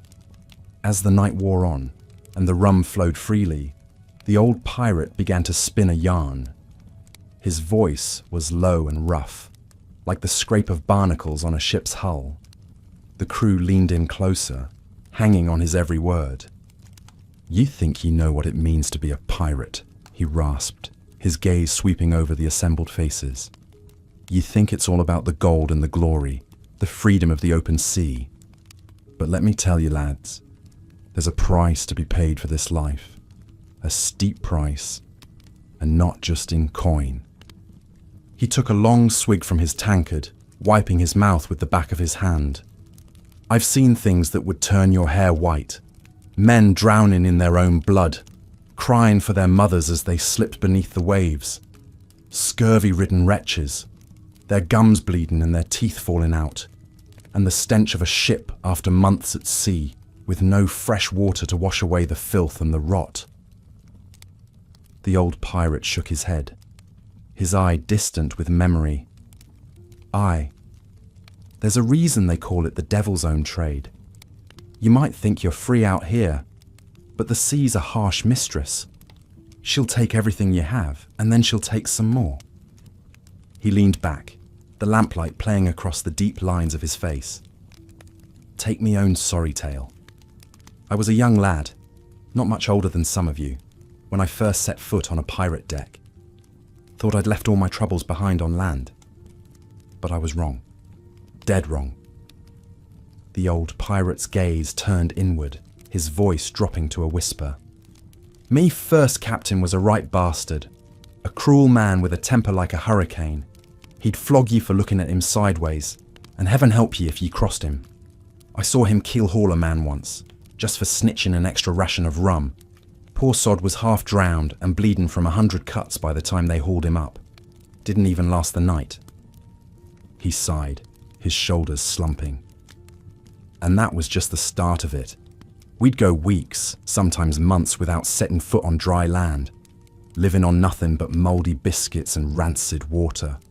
The scurvy would set in, making our joints ache and our teeth fall out.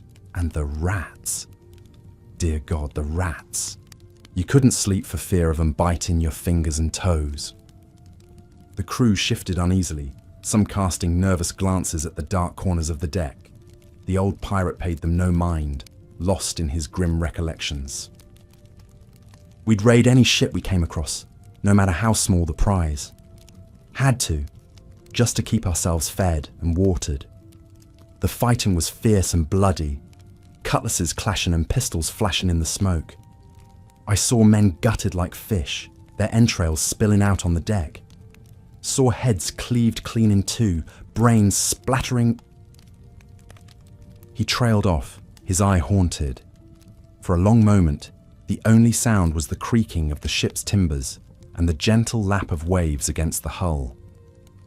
Aye, I've seen the devil's own work out here, the old pirate said at last. And I've done my share of it too.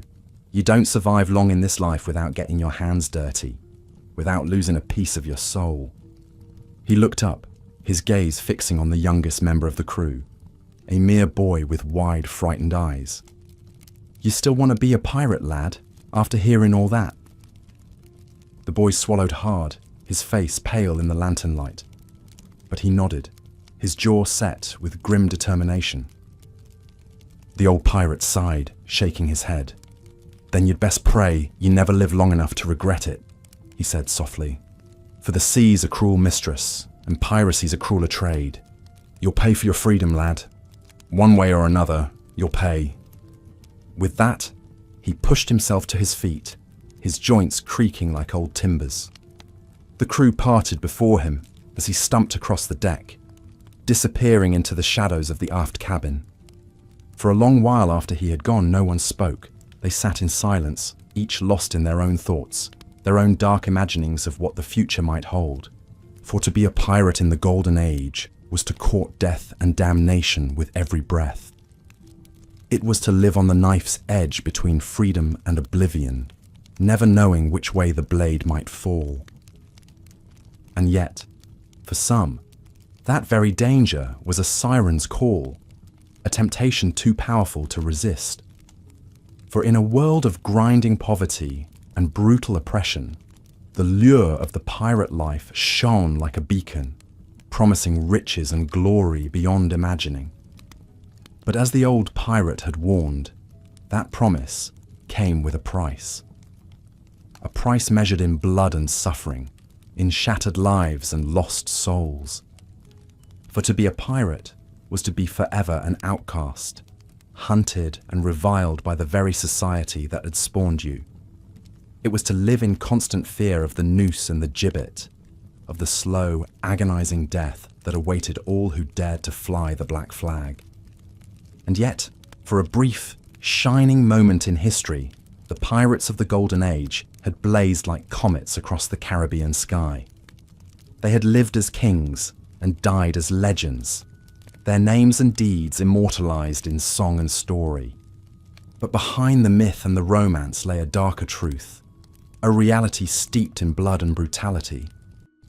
For the true story of the Golden Age of piracy was one of desperate men and harrowing choices, of lives cut short, and dreams dashed upon the rocks of an uncaring sea. It was a story that began, more often than not, in the festering hellholes of the Atlantic slave trade. For many of the men who would go on to become the most notorious pirates of their age had begun their lives in bondage, shackled in the holds of the very ships they would one day plunder. They were the unwanted and the outcasts, the dregs of society swept up by the tides of history and cast adrift on an unforgiving ocean. Some were runaway slaves, others indentured servants who had fled their master's cruelty. Still others were former sailors, men who had served in the navies of Europe's warring empires, only to find themselves discarded like so much refuse when the fighting was done. For these men, piracy offered a chance at a new life, a way to strike back at a world that had shown them nothing but cruelty and contempt. They banded together in small crews, pooling their meager resources to buy or steal a ship and set out in search of plunder. At first, their targets were small, fishing boats and coastal traders, easy prey for their shallow-drafted sloops and schooners. But as their numbers grew and their reputation spread, they began to set their sights on bigger prizes. Merchant ships laden with gold and silver from the Spanish Main, lumbering East Indiamen packed with spices and silks from the Far East.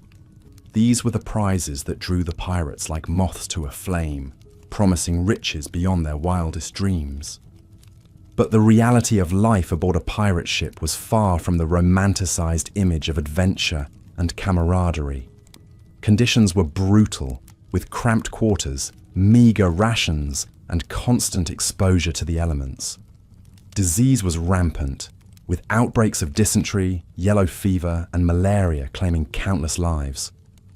And then there was the ever-present threat of violence, both from within the crew and without. Pirates lived by a strict code, with harsh punishments meted out for even minor infractions. Thieves and mutineers faced marooning on a desert island, while those who dared to question the captain's authority could expect a flogging, or worse. But even these harsh measures could not always keep the peace aboard a pirate ship. With tempers frayed by long months at sea and the constant threat of capture or death, it was not uncommon for arguments to erupt into bloody brawls, with crewmates turning on each other in fits of rage and frustration. And always, there was the spectre of the hangman's noose, the fate that awaited all pirates if they were ever captured by the authorities. For while the great empires of Europe might turn a blind eye to the depredations of the pirates when it suited their interests, they would not hesitate to hunt them down and make an example of them if they ever became too much of a nuisance. It was a precarious existence, balanced on a razor's edge between the promise of untold riches and the certainty of a grisly death. And yet, for a time, the pirates of the Golden Age had made it work, carving out a bloody niche for themselves in the margins of an uncaring world. Among the most notorious of these freebooters was Edward Teach, better known to history as Blackbeard. A towering figure with a wild, unkempt beard and a fearsome reputation, Teach had begun his piratical career as a privateer in Queen Anne's War, preying on French and Spanish shipping in the Caribbean. But when the war ended and the demand for privateers dried up, Teach had turned to outright piracy, assembling a crew of hardened cutthroats and setting out to make his fortune on the high seas. He quickly made a name for himself as one of the most feared pirates in the Caribbean.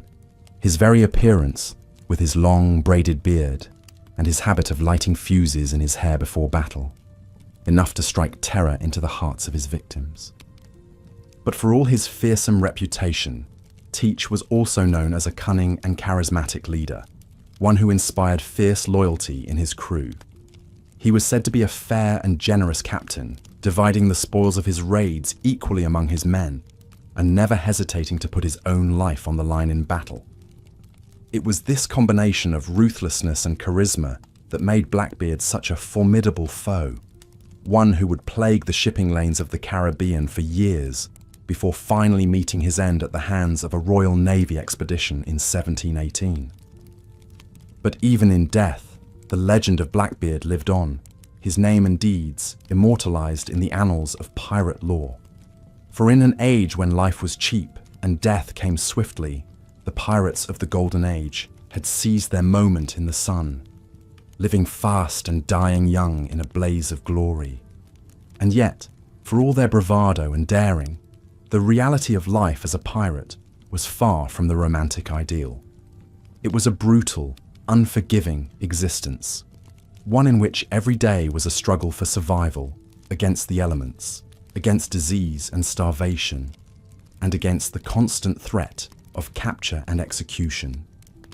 Many pirates, perhaps even the majority, met their end not in glorious battle or with chests of plundered gold, but in squalor and misery, their bodies racked by scurvy or dysentery, their minds shattered by the constant strain of life on the edge. And even for those who survived to enjoy their ill-gotten gains, the rewards of piracy were fleeting at best. With no safe haven to call their own and no way to protect their wealth, many pirates found themselves quickly parted from their treasure, either through their own profligacy or at the hands of their fellow buccaneers. In the end, the golden age of piracy was a brief and bloody chapter in the history of the Caribbean, a time when desperate men and women had seized their destiny in their own hands and set out to make their fortunes on the high seas. But for all its tales of adventure and daring, the true legacy of the golden age was one of suffering and brutality, of lives cut short and dreams dashed upon the rocks of an uncaring world. And as the old pirate had warned the young crew member, it was a life that exacted a heavy price from all those who chose to embrace it. A price paid in blood and anguish, in broken bodies and shattered minds. For in the end, the freedom and fortune promised by the pirate life proved as elusive and ephemeral as the mists that shrouded the Caribbean dawn, and those who chased that dream would find themselves forever haunted by its spectre, their lives and their fates inextricably bound to the cruel mistress that was the sea. As the night wore on and the crew drifted off to their hammocks one by one, the old pirate remained on deck, his gaze fixed on the distant horizon, for he knew all too well the price that he had paid for his life of piracy, the toll that it had taken on his body and his soul. And yet, even in his darkest moments, he could not bring himself to regret the choices that he had made. For in a world that had offered him nothing but hardship and pain, the pirate life had given him a fleeting taste of freedom, a chance to live life on his own terms, if only for a little while. And so he stood there, watching the stars wheel overhead, his mind adrift in a sea of memories, of battles fought and comrades lost, of treasures won and fortunes squandered, of a life lived on the razor's edge, forever balanced between hope and despair. And as the first light of dawn began to paint the sky in shades of gold and crimson, the old pirate smiled to himself, his weathered face creasing with the weight of years. For he knew that whatever fate awaited him, he had lived his life to the fullest, had seized his destiny with both hands and made it his own. And in the end, perhaps that was all that any man could ask for, to have lived, and to have left his mark upon the world, however brief and bloody it might have been. As the Battle of New Providence faded into history, the new Royal Governor Woodes Rogers set about the hard work of stamping out the pirate scourge in the Bahamas. After his exploits as a privateer and sea captain, Rogers had been handpicked by King George I to restore law and order to the islands. He started by offering the king's pardon to any pirates who would agree to renounce their wicked ways and return to an honest life. Hundreds of buccaneers wisely took the deal, handing over their plundered treasures in return for clemency. One of the first to accept was none other than Benjamin Hornigold, Rogers' old sailing companion who had trained the notorious Blackbeard and Sam Bellamy in the dark arts of piracy. Now reformed, Hornigold zealously joined Rogers' mission to rid the West Indies of his former brethren. With intimate knowledge of the pirates' tactics and hideouts, he became an invaluable pirate hunter. Together, Rogers and Hornigold embarked on a tireless crusade to track down and bring to justice the worst brigands of the high seas. One of their first targets was the infamous Charles Vane. Once a lowly sailor on Hornigold's old sloop, Vane had mutinied after Hornigold accepted the king's pardon and declared himself captain over the rogue crew. A cruel and merciless buccaneer, Vane cut a vicious swath across the Caribbean, plundering and burning any ship he could take. With a small flotilla at his command, Rogers set out in hot pursuit of Vane's ship, the Ranger. After a harrowing chase through the Windward Passage, the pirate hunter's flagship Delicia unleashed a thunderous broadside, crippling the Ranger's mainmast. But before Rogers could board her, a howling hurricane suddenly descended, nearly dashing both vessels against the rocky coast of Cuba. Through valiant seamanship, both captains managed to ride out the storm, but when the skies cleared, the Ranger had vanished. Vane had escaped yet again to maraud another day. An exasperated Rogers would continue to chase the wily pirate for months to come. Such was the monumental challenge the pirate hunters faced as they tried to scour clean the pirate-infested waters of the West Indies in the waning years of the golden age of piracy. For every buccaneer brought to the gallows, it seemed two more would hoist the black flag and set out to pillage with impunity. Meanwhile, the pirates themselves were finding their blood-soaked trade increasingly difficult and unprofitable. The Royal Navy's presence seemed to double by the month as more and more warships prowled the Caribbean, hunting for pirate vessels. Legitimate merchant ships now bristled with cannons and armed guards, making them far harder prizes to take. The brutal tactics required to overcome these measures often meant little plunder left to show for the pirates' efforts afterwards. The risks to life and limb scarcely seemed worth the dwindling rewards. More and more freebooters began to accept the king's pardon and find gainful employment in the expanding maritime trades made possible by colonialism. Those die-hard brigands who persisted in their wicked ways faced ever grimmer odds and outcomes. The infamous Edward Blackbeard Teach met his gory end at the hands of the pirate-hunting Lieutenant Robert Maynard in a ferocious ship-to-ship battle off the North Carolina coast. Maynard's men are said to have hacked Blackbeard's carcass into over 20 pieces before triumphantly mounting his severed head on the bowsprit of their sloop. Charles Vane's luck finally ran out when his crew mutinied and cast him adrift in a small boat. Wrecked on an uninhabited island, the dreaded pirate barely survived for months as a castaway before being captured by a passing British ship. He was hauled back to Port Royal in chains to stand trial for his atrocities. Unrepentant to the end, Vane raged and cursed as he was sentenced to hang in the public square, promising hellfire and damnation on the whole island. But his defiant invectives suddenly turned to ashen, trembling fear as he ascended the gallows and saw with bulging eyes the noose being fitted around his neck. The man who had terrorized the high seas for years reportedly collapsed into incoherent tears and pleas for mercy, even as the crowd roared for his blood.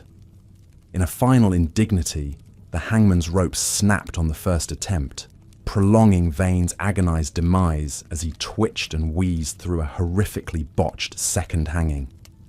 Such was the fate of most pirates in the end, an ignominious, abject death, either in battle by public execution or claimed by any of the myriad scourges of the seafaring life.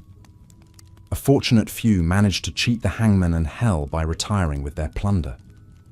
But they were rare exceptions to the wretched rule. By 1726, the golden age of piracy in the Caribbean had largely guttered out, suppressed by the might of the British Empire and rendered unsustainable by the changing tides of maritime commerce. The seas that had once swarmed with the black flags of freebooters were increasingly safe for all but the odd rogue corsair. The legendary Republic of Pirates on New Providence lay in crumbling ruins, abandoned by its denizens for the noose or honest sailing work. Here and there, wanted posters offering handsome bounties for notorious holdouts fluttered on tavern walls and town squares, promising rough justice for those who still dared to plunder under the skull and crossbones. But already, even before the age of piracy had truly breathed its last, the romanticization and mythologizing had begun. Sensationalized accounts like Captain Charles Johnson's a general history of the robberies and murders of the most notorious pirates, filled London bookstores, their pages brimming with swashbuckling, larger-than-life distortions of the pirates' exploits that captivated the public. Over the ensuing centuries, the improbable legend of the noble pirate would only grow in the popular imagination, culminating in our familiar modern depictions of jaunty, adventurous rogues. Ubiquitous Halloween costumes of eye patches, peg legs, and stuffed parrots on shoulders. Disneyland rides where animatronic buccaneers belt out jaunty sea shanties as they pillage. The fanciful Hollywood epics of Errol Flynn and Johnny Depp swinging on chandeliers and quipping wittily as they cross swords with dastardly, bumbling adversaries. Against such a romanticized mythology, it can be hard to imagine the filthy, scarred, desperate men who actually sailed and died under the black flag 3 centuries ago, chasing an improbable dream of freedom and fortune, and finding mostly hardship, violence, and gruesome death instead. If the real Henry Avery or Charles Vane were alive today, they would likely find our glossy pop culture image of piracy bemusing at best and infuriating at worst. But such is the alchemy of history and human nature, to sand away the rough, jagged ugliness of the past and polish it into something palatable, even noble and aspirational. We prefer our pirates to be dashing, misunderstood anti-heroes, not the starving, abused and abusive fiends most of them actually were. Perhaps it is just too painful to stare directly into the abyss of human cruelty and desperation that piracy actually represented. And so, the salty old sea dogs of the golden age of piracy will go on living their second, more glorious lives as the stuff of legend, with all their misdeeds and miseries expunged, their tattered garments and rotting teeth transformed into velvet waistcoats and gold caps. Boys will play act at searching for buried treasure and walking the plank, while the restless ghosts of the real buccaneers howl and gibber, forever consigned to Davy Jones' locker. Such is the pirate's legacy, a twisted funhouse mirror image that has long eclipsed the truth. As you drift off tonight, spare a thought for the real pirates of the Caribbean, and be glad you'll wake up tomorrow to a world where the skull and crossbones is just a spooky bedtime story, not a portent of the capricious brutality of life at the mercy of the seas and selfish whims of men. As dusk fell on the Spanish port of Havana, a battered ship limped into the harbour. Her sails were tattered, her hull splintered by cannon shot. At her helm stood a grizzled man with a wild beard and a harder stare. Captain Charles Vane had come to the end of his rope. Vane was once a rising star among the pirates of New Providence. Daring and ruthless, he had plundered scores of ships and amassed a fortune in gold. But his very success had made him a marked man.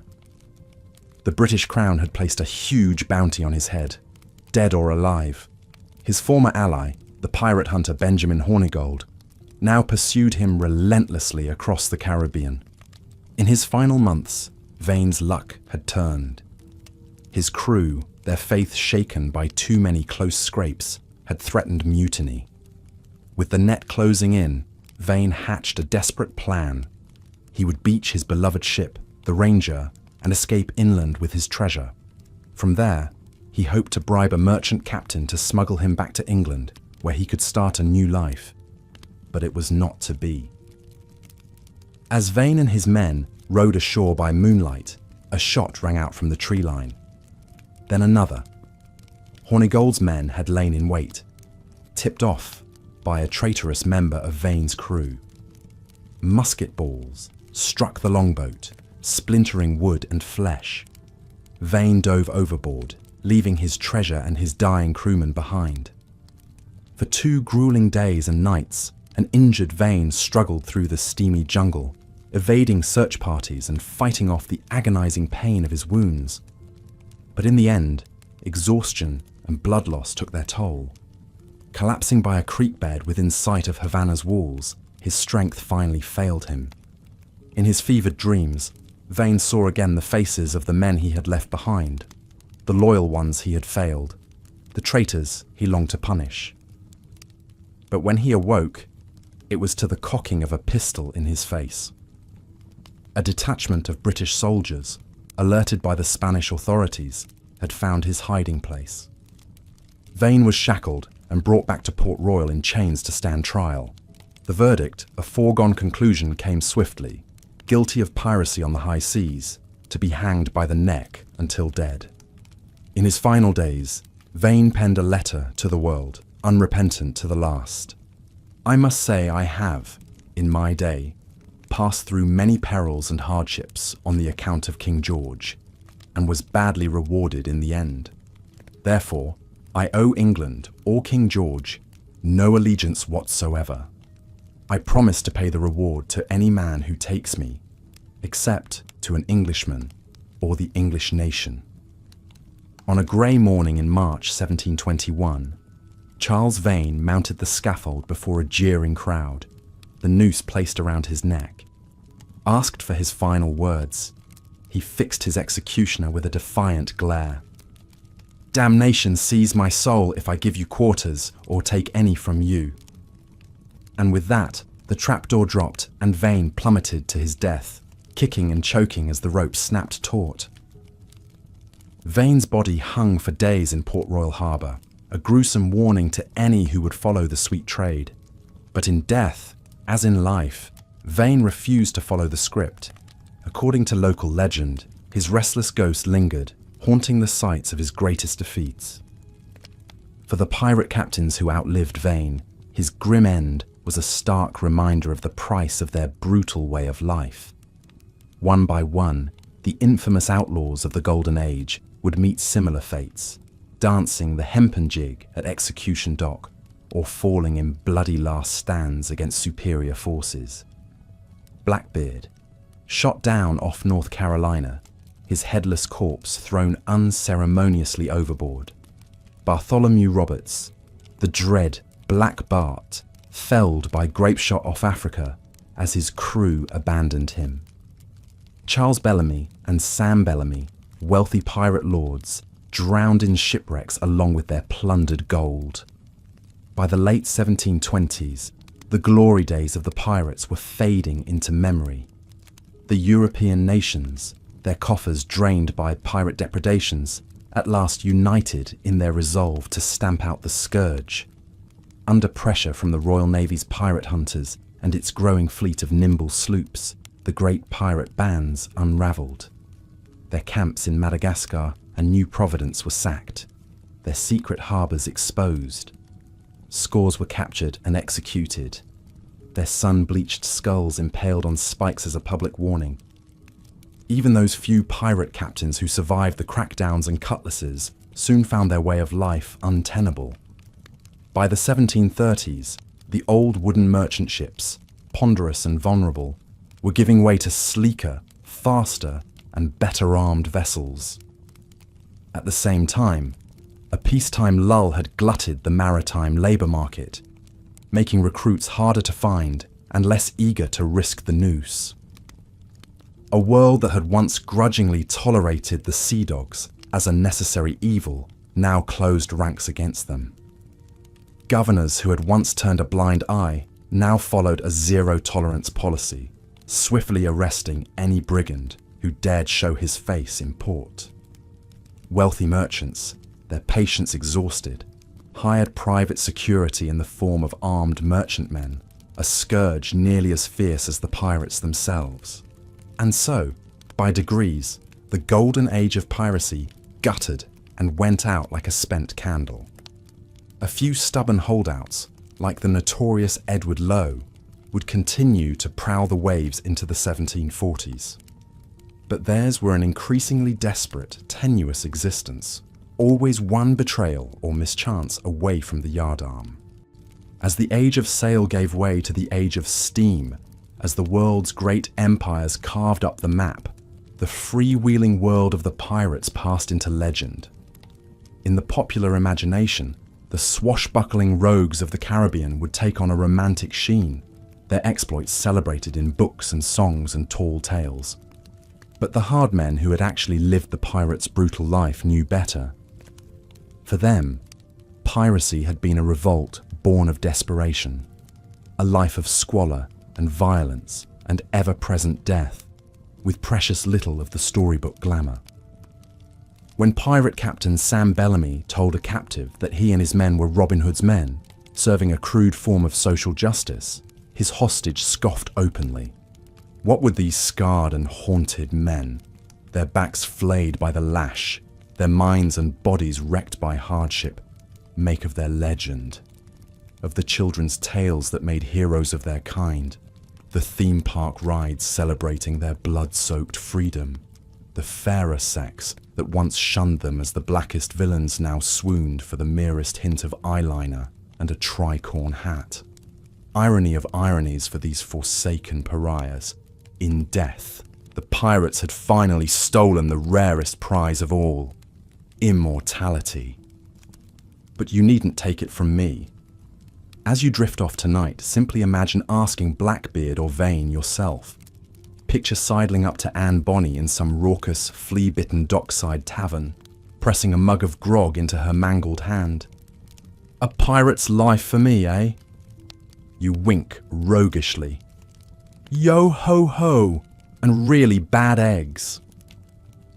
But then you catch the look in Anne's kohl-rimmed eyes, at once pitying and contemptuous. A look that says, plainer than any words, "You don't know the half of it, landlubber. You don't know the half." And with that, we must let Anne and her kind return to their well-earned rest. While there is still a certain devilish allure to the pirate mythos, the reality was a waking nightmare for those who lived it. So the next time you see a pirate flag fluttering jauntily in the breeze, pause and spare a thought for Vane, Bellamy, Bonny, Reed, and all the doomed souls who sailed beneath it. If you enjoyed our journey through this hidden history, give a like and subscribe to let me know. Until next time, this is your boring historian, wishing you fair winds, following seas, and a clean escape from the King's justice. Good night.